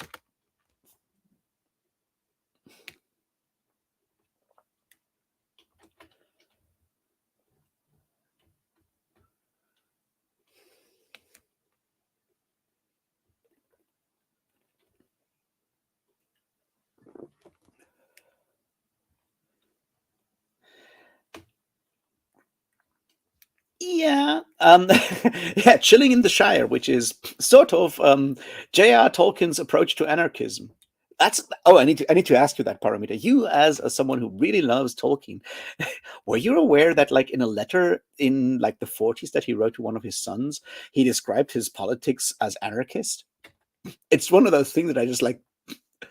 It's one of those facts that I really love, and that's one of those things that I would love to just like throw in the face of all those fascists and post-fascists in Italy that are huge Tolkien fans and went always to the Camp Hobbits in the 60s and 50s and 60s and 70s, and they're like, no, Tolkien described himself as an anarchist at some point.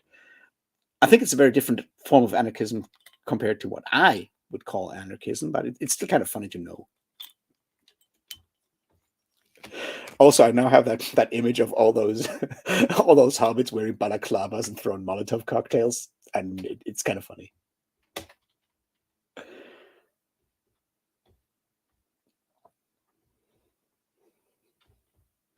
Yeah, you wouldn't explain the magic system. That's the point. There's magic, but who cares? It's magic. That's the point. Well, there is magic though. It doesn't have a system, which is kind of the point, I guess.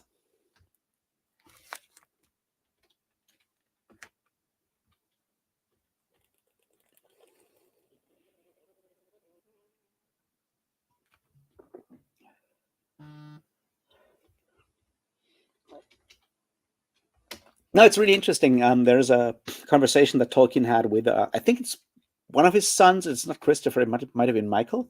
During World War II, when he's arguing about like how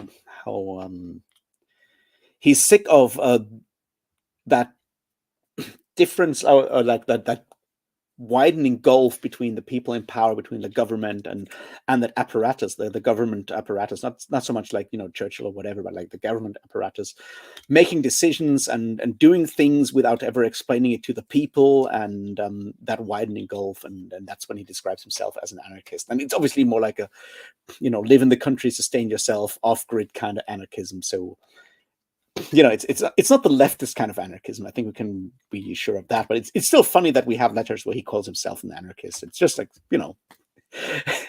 nice to have whenever people talk about what Tolkien did or did not, and when they're trying to use or abuse Tolkien for their own political gain. It's like, no, he's an anarchist. You read him wrong.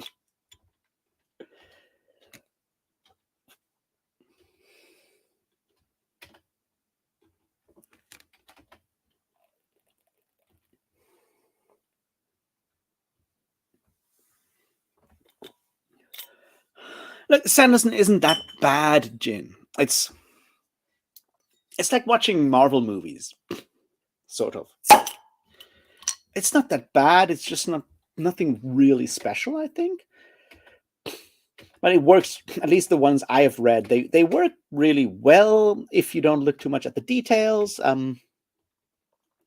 I would say like Mistborn Era 1, which is what I've read, has some really questionable world building choices. Mistborn Era 2 works better because he's got some very naive, like, but still like buddy cop kind of vibes with like his two main characters there, and he's really good at writing that dynamics. It works really well. Possibly because it's very close to like Sanderson's own personal like humor and personal, how Sanderson works as a person. I think there's a lot of Sanderson's general like views and stuff in Wax and Wayne, I think, and it works really well. I think it's more it's fast food reading is what I would call it.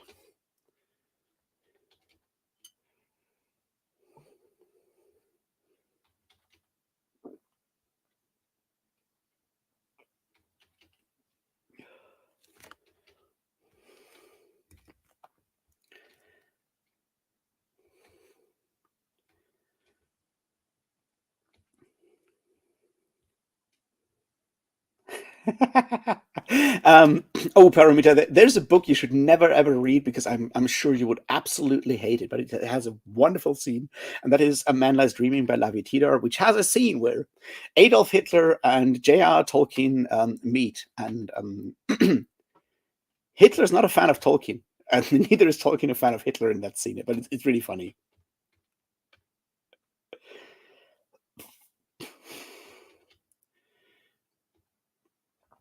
Well, let's say this: if he's pedestrian, he's better than like if he was like a cyclist, because cyclists are the enemies of everyone.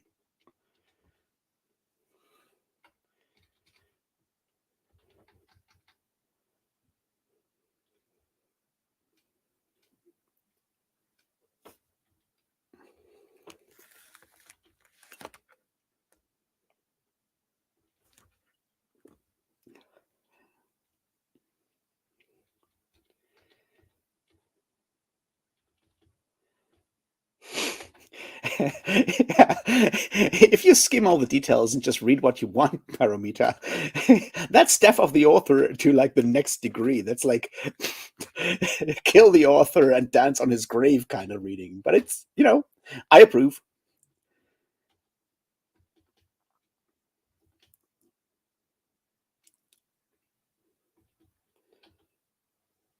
Popular mediocrity.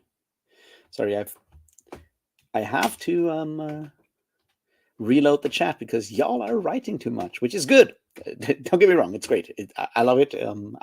I'm having a lot of fun for something that I didn't know I was doing like 24 hours ago.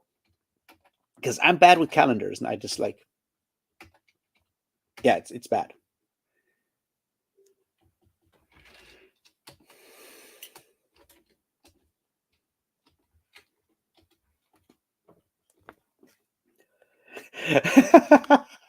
Yeah, anarchy in the UK. I don't think that Tolkien would have been fine with punk rock. I feel that he died a few years too early for him to fully engage with the Sex Pistols. But I'm pretty sure he would not have approved.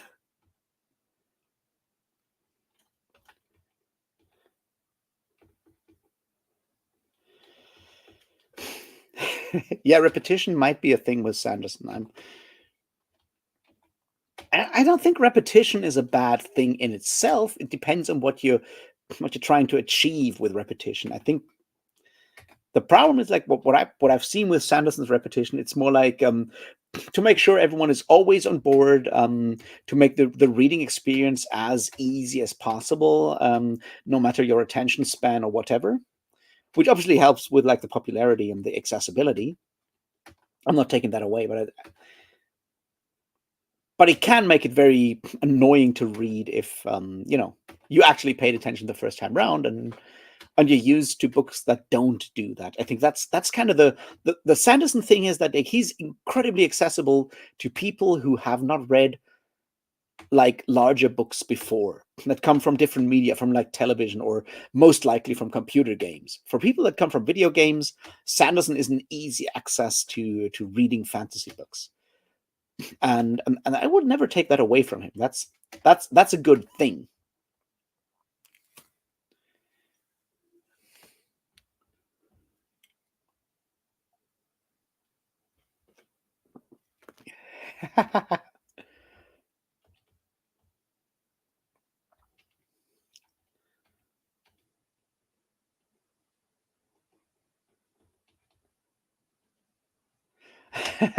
All right. Also, glad you joined. Fun as always. Have a good day, and I'll see you. Well, I guess on the server later or something.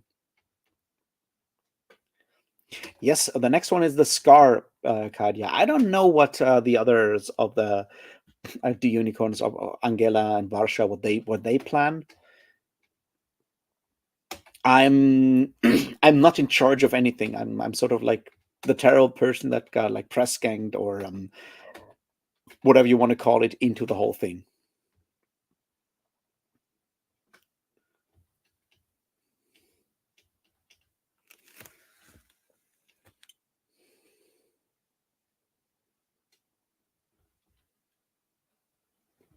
Paramita, good fast food is greasy and oily. That's kind of the point of fast food, right? So I think Sanderson works for that. But as I said, like mostly, I appreciate what he does for people that come from like a video game background and want to switch to the medium of books or add books as a medium to like their general like I don't want to say media consumption, but it's basically media consumption what we're talking about here. But like, yeah, Sanderson works really well for those people. If you've read other fantasy, the repetitions might be a bit too much. I don't know. Here's the thing: is like I would love to sit down with Brandon Sanderson and just like have a nerd out chat with him while drinking decaffeinated beverages without alcohol and stuff like that. Like having a herbal tea, I guess, with Brandon Sanderson. I think he's a really cool dude to talk to. While I disapprove of everything he does, but you know, I kind of feel like he's a nice guy, like a nice person, which is high praise from me. Just saying.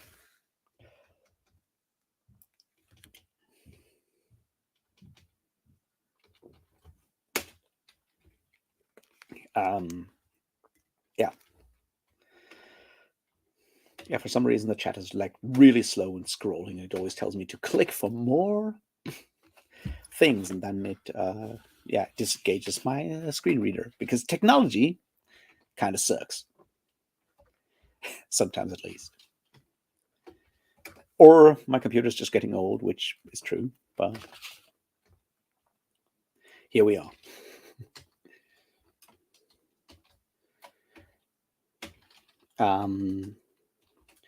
So yeah, what have I said? Like I'll have like a spoiler-free review coming out next week. I'm really excited about it. It's gonna be all the things BookTube wants from us, and I can't wait for you to actually watch that. It'll be great. It might be slightly Marxist, but it'll be a lot of fun. It just takes a bit for me to actually write it, because writing spoiler-free reviews is way more difficult than you might think, for me at least.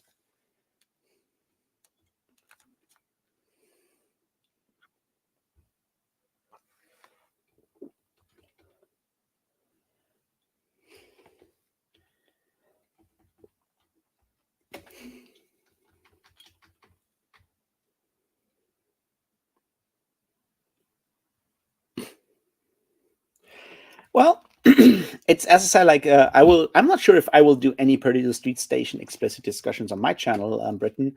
We'll have the whole like read along discussions on like different sections, always on the Do Unicorns Read channel. And my problem is, like, if I do these kind of like read along discussions kind of things, I always feel after a discussion,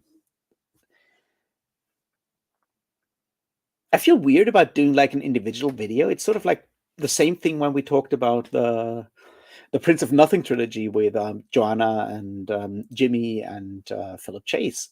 We did the discussions on each channel, on each channel. Well, one on Johanna's, one on Philip's, and one of my channel. And I always feel weird about doing like my individual kind of take as well, because it feels like sort of like going into the discussion, having an argument, and then just going back and doing the thing that I like kind of ignoring the discussion and just putting out my my unopposed opinion, because like going into like a discussion means that you have like other people, you have like a conversation. But if you also put out like your individual thoughts on it, it feels like you're trying to do that without having any opposition. And I'm always, I don't know, it feels weird. Maybe I'm weird about that. So I'm not sure if I'll do like an individual thing about Purdy the Street Station. Maybe something thematic that just goes about like very specific themes or whatever in Purdue that I think are important to me. I hope that makes sense. But I'm, as I said, like I'm weird about that. But I feel like it feels kind of dishonest. It feels to me to do like an individual video. This, if I'm also in a discussion, because I'm like, yeah, we have this argument, and then I just go and do my thing unopposed. Feels like cheating, I guess. Does it make sense?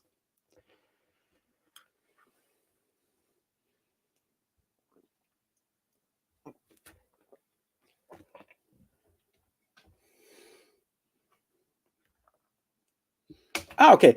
Well, I mean, everything that China Mieville has written is worth reading. They're all unique in their own way, but they're all worth reading. Is my point about the Scar and Iron Council, which is Iron Council is very much about unionizing, which is a good thing.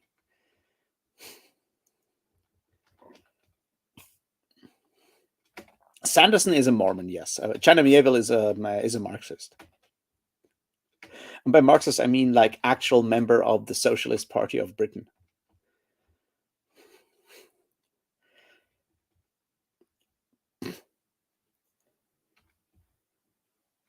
Yeah, like Paramita, I would totally be open to have a conversation with Sanderson. I have no problems with that. I bear the man no ill will, and the upcoming video that I'm working on is not against him as a person. He's just a very good example for a general trend in marketing that I see, and that I think we need to talk about. He's just a good symptom, or like a good example, because he's maybe a bit of a forerunner there, but I have nothing against the man at all. And I think we would have like a lot of things we would agree on when it comes to just nerding out on books.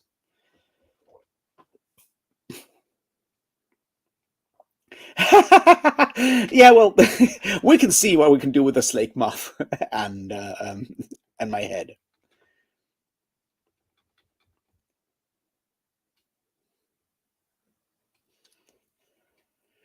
I did very much enjoy Embassy Town for all kinds of weird reasons, but I like the philosophical and linguistic things behind Embassy Town. I would say that the actual the actual plot of Embassy Town is not that engaging. It's more like the thinking about the ways, the ways we build language, the ways we think about language, and that kind of stuff. I found really interesting about Embassy Town, if that makes any sense. Iron Council is just like, someone being angry about labor, which, yeah, you know, I get it.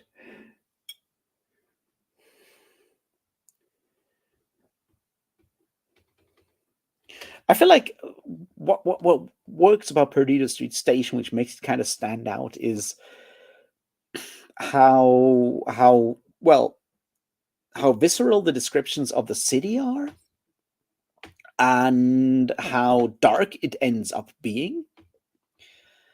It's just like this very massive thing. It's one of those books that you read that you will not forget that book at all. It's sort of that kind of that monolithic kind of thing that is very hard to get around. And some of Miebel's other books are not as, I don't want to say in your face, but not as yeah, not as monolithic as Perdido Street Station. They're all unique in their own way and doing all their own things, but they're not as, they don't pack that much of a punch. They're sometimes more thoughtful or more playful. Um, just not as dark, I guess.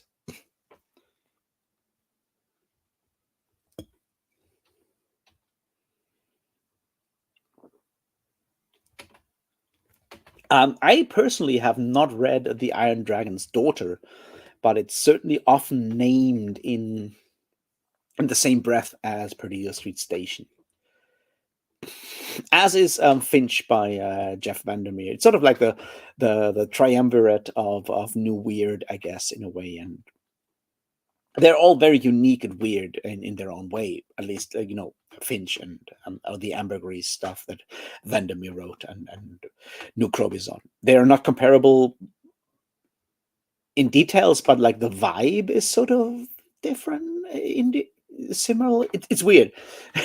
And I haven't read Iron Dragon's Daughter yet, but I've heard great things about it, and I'm very much planning to read it at some point. But I know it's also dark and industrial and evil and bad and weird.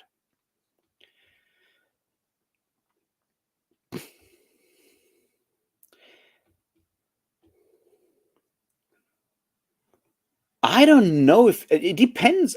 If I know Paromita really likes Vandermeer. I don't know which Vandermeer books you have read, Joe, because I know that they're all very different. And a good friend of mine really loves, my former flatmate really loves Finch, and really hated Bourne, for example. So I think with Vandermeer it really depends. I did really appreciate Finch. Is all I can say. It had this weird, like, Paris under Nazi occupation, but on shrooms kind of thing going, and I really liked that.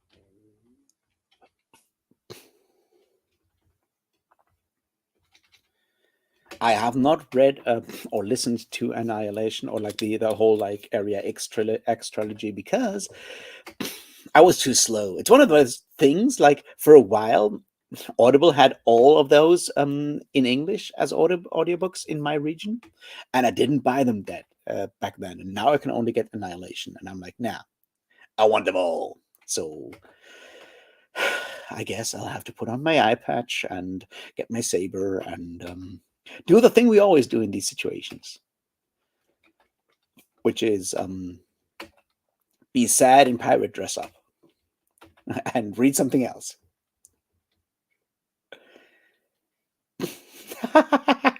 It's not my flatmate; it's my former flatmate. But I will let him know.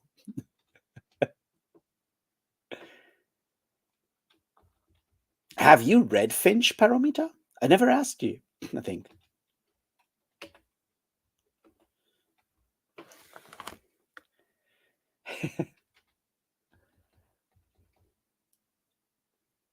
Yeah, no. I am following Jeff Vandermeer on Blue Sky, and I read his post about him writing Area and the new Area X book. So there's that, which is cool.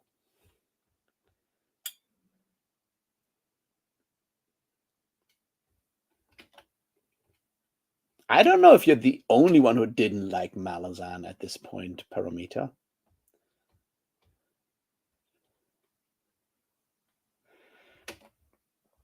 I'm glad you like Inherent Vice. I think it's a great entry point to Thomas Pynchon. I really like that book. It's got all the sadness and all the melancholy and all the weird shit and Lemuria and other things.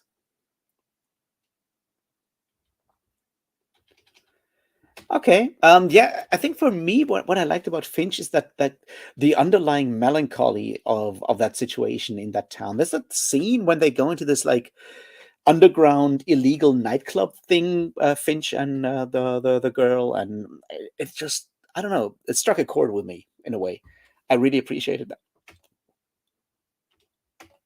I really appreciated that in a way. It just worked for me. I don't know. As I said, I like very much associated with it with like nonfiction stuff I'd read about like Paris under Nazi occupation, and it very much like connected that to me, I guess. So maybe that's kind of why it hit harder or whatever.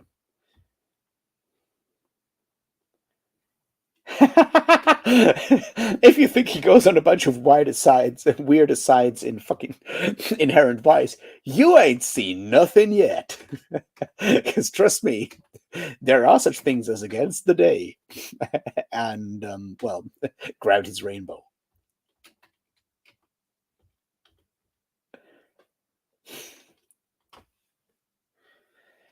But like Inherent Vice is great. I love it, but I also like generally like 70s psychedelic music and stuff like that. It just works. It's brilliant.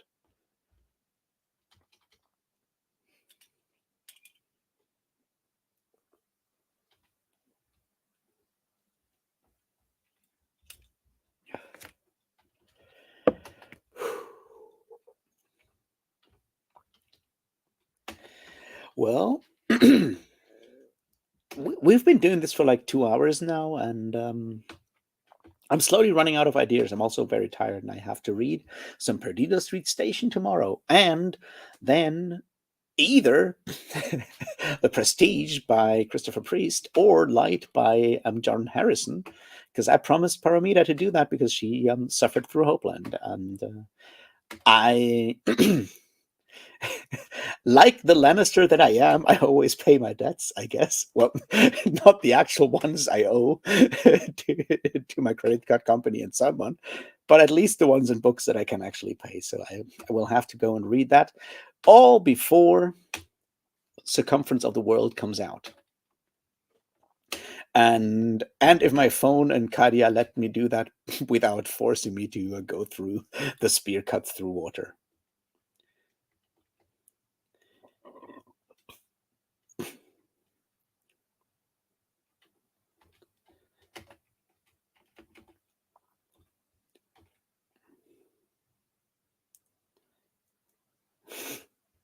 Cry of Lot 49 is nice. It's a quick read. It's got some fun bits in there.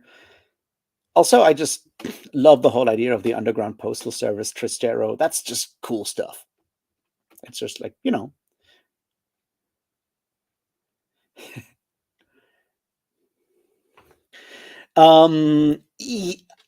here's the thing. It's like I always wanted to read M. John Harrison, have never gotten to M. John Harrison, Ori.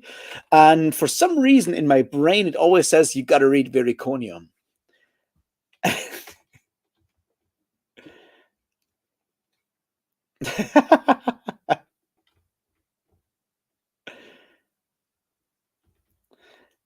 Yeah, exactly. Viriconium is sort of like the thing that you got to read from M. John Harrison.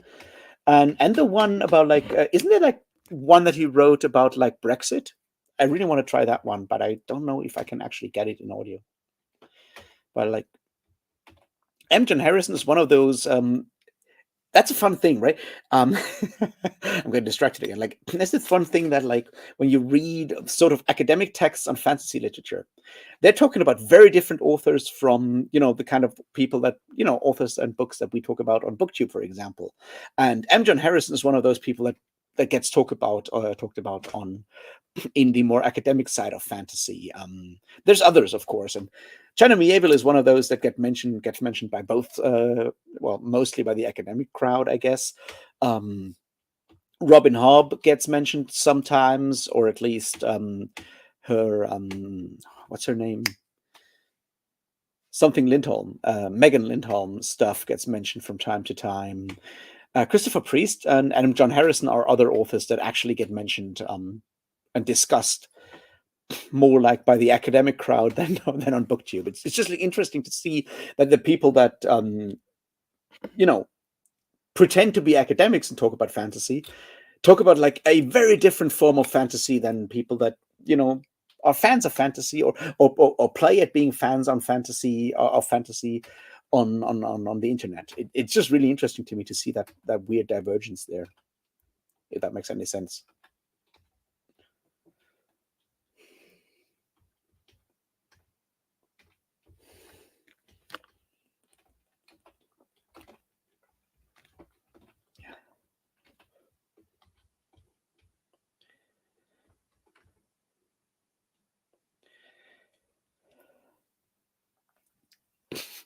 Kanya, Reed Hopeland, I guess.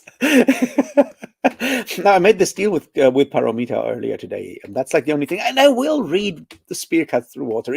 I already bought it. It's on my phone. It's just like a matter of time. I just like the last 2-3 weeks I was like really fighting with depression, and I just didn't read a lot of fiction, like basically no fiction whatsoever. Just like read nonfiction and try to survive. So that's why Spear Cut Through Water hasn't happened yet.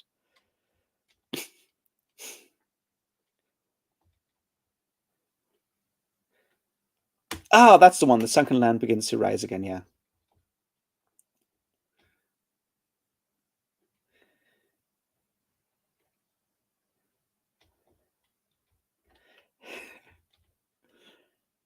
Yeah, that's the point. Like I always forget her first name. For some reason I want to see. Here's the thing, and that's like a very me thing for reasons. I always forget like Megan. I know it's Megan Lindholm, but for some reason I always confuse it with Selma Lagerlöf, who's that Swedish author that wrote the book about Nils Holgersson and the geese, which I read as a child. But for like because it sounds sort of similar, I don't know. It's weird, but I always forget that Megan Lindholm thing.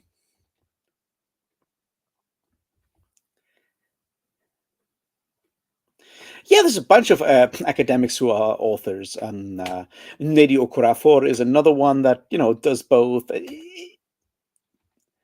It happens. It's just like very interesting to me to see when you read stuff where like what kind of books people are talking about.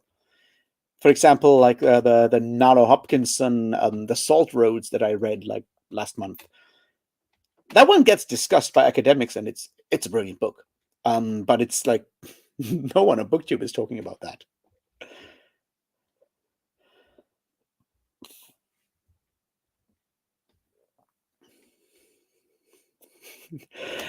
Yeah, it's not the best of books. Oh, can I just say one of the wonderful things that I really, really loved about Hopeland, and it's not a spoiler, is that he goes out of its way to praise the Moomin books. And if you have never read the Moomin books, you should read the Moomin books by Tove Jansson, because she was a fantastic person, like absolutely badass person. And yeah, they're fun books about trolls living somewhere in Trollland and doing troll things. It's really good. They're really funny books, and I really appreciate the fact that they get like several mentions in Ian McDonald's Hopeland. So yeah, I think that's sort of like the one book recommendation. Actually, that's one. If you have not read the Moomin books, Paromita, you might actually enjoy Moomin books. They are technically sort of children's books, but they're very much the kind of children's books that adults can get a lot out of, because they're very much, sort of the way that Winnie the Pooh also works really well if you're an adult, and the Moomin books are great. Also, Tove Jansson lost her job at the Swedish newspaper for drawing really angry anti-Hitler cartoons in the 30s and 40s. So yeah, cool person.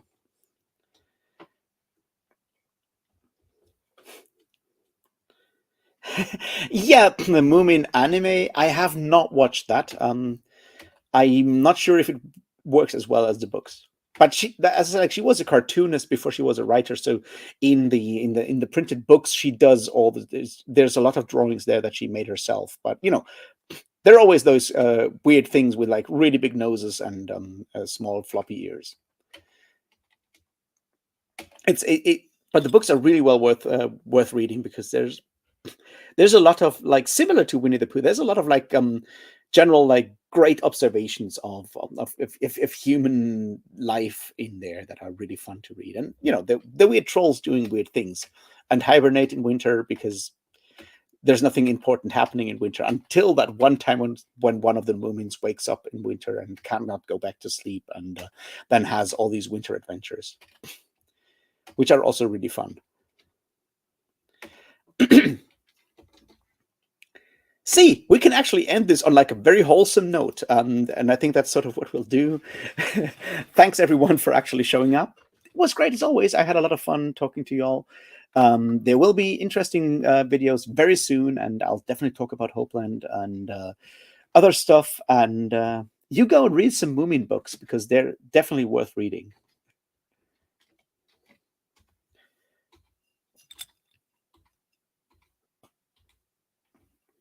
And with that, I'll just leave you all. Have a great Saturday night.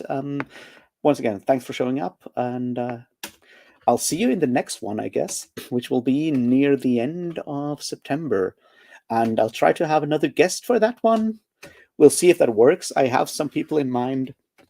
If you have some people you want me to, yell at and ask them if they want to join me for like a conversation, you can always just, suggest that in like the comments or whatever, and I'll try to see if they're up for talking to me, and we'll see what happens. So yeah, thanks, and cheers and all.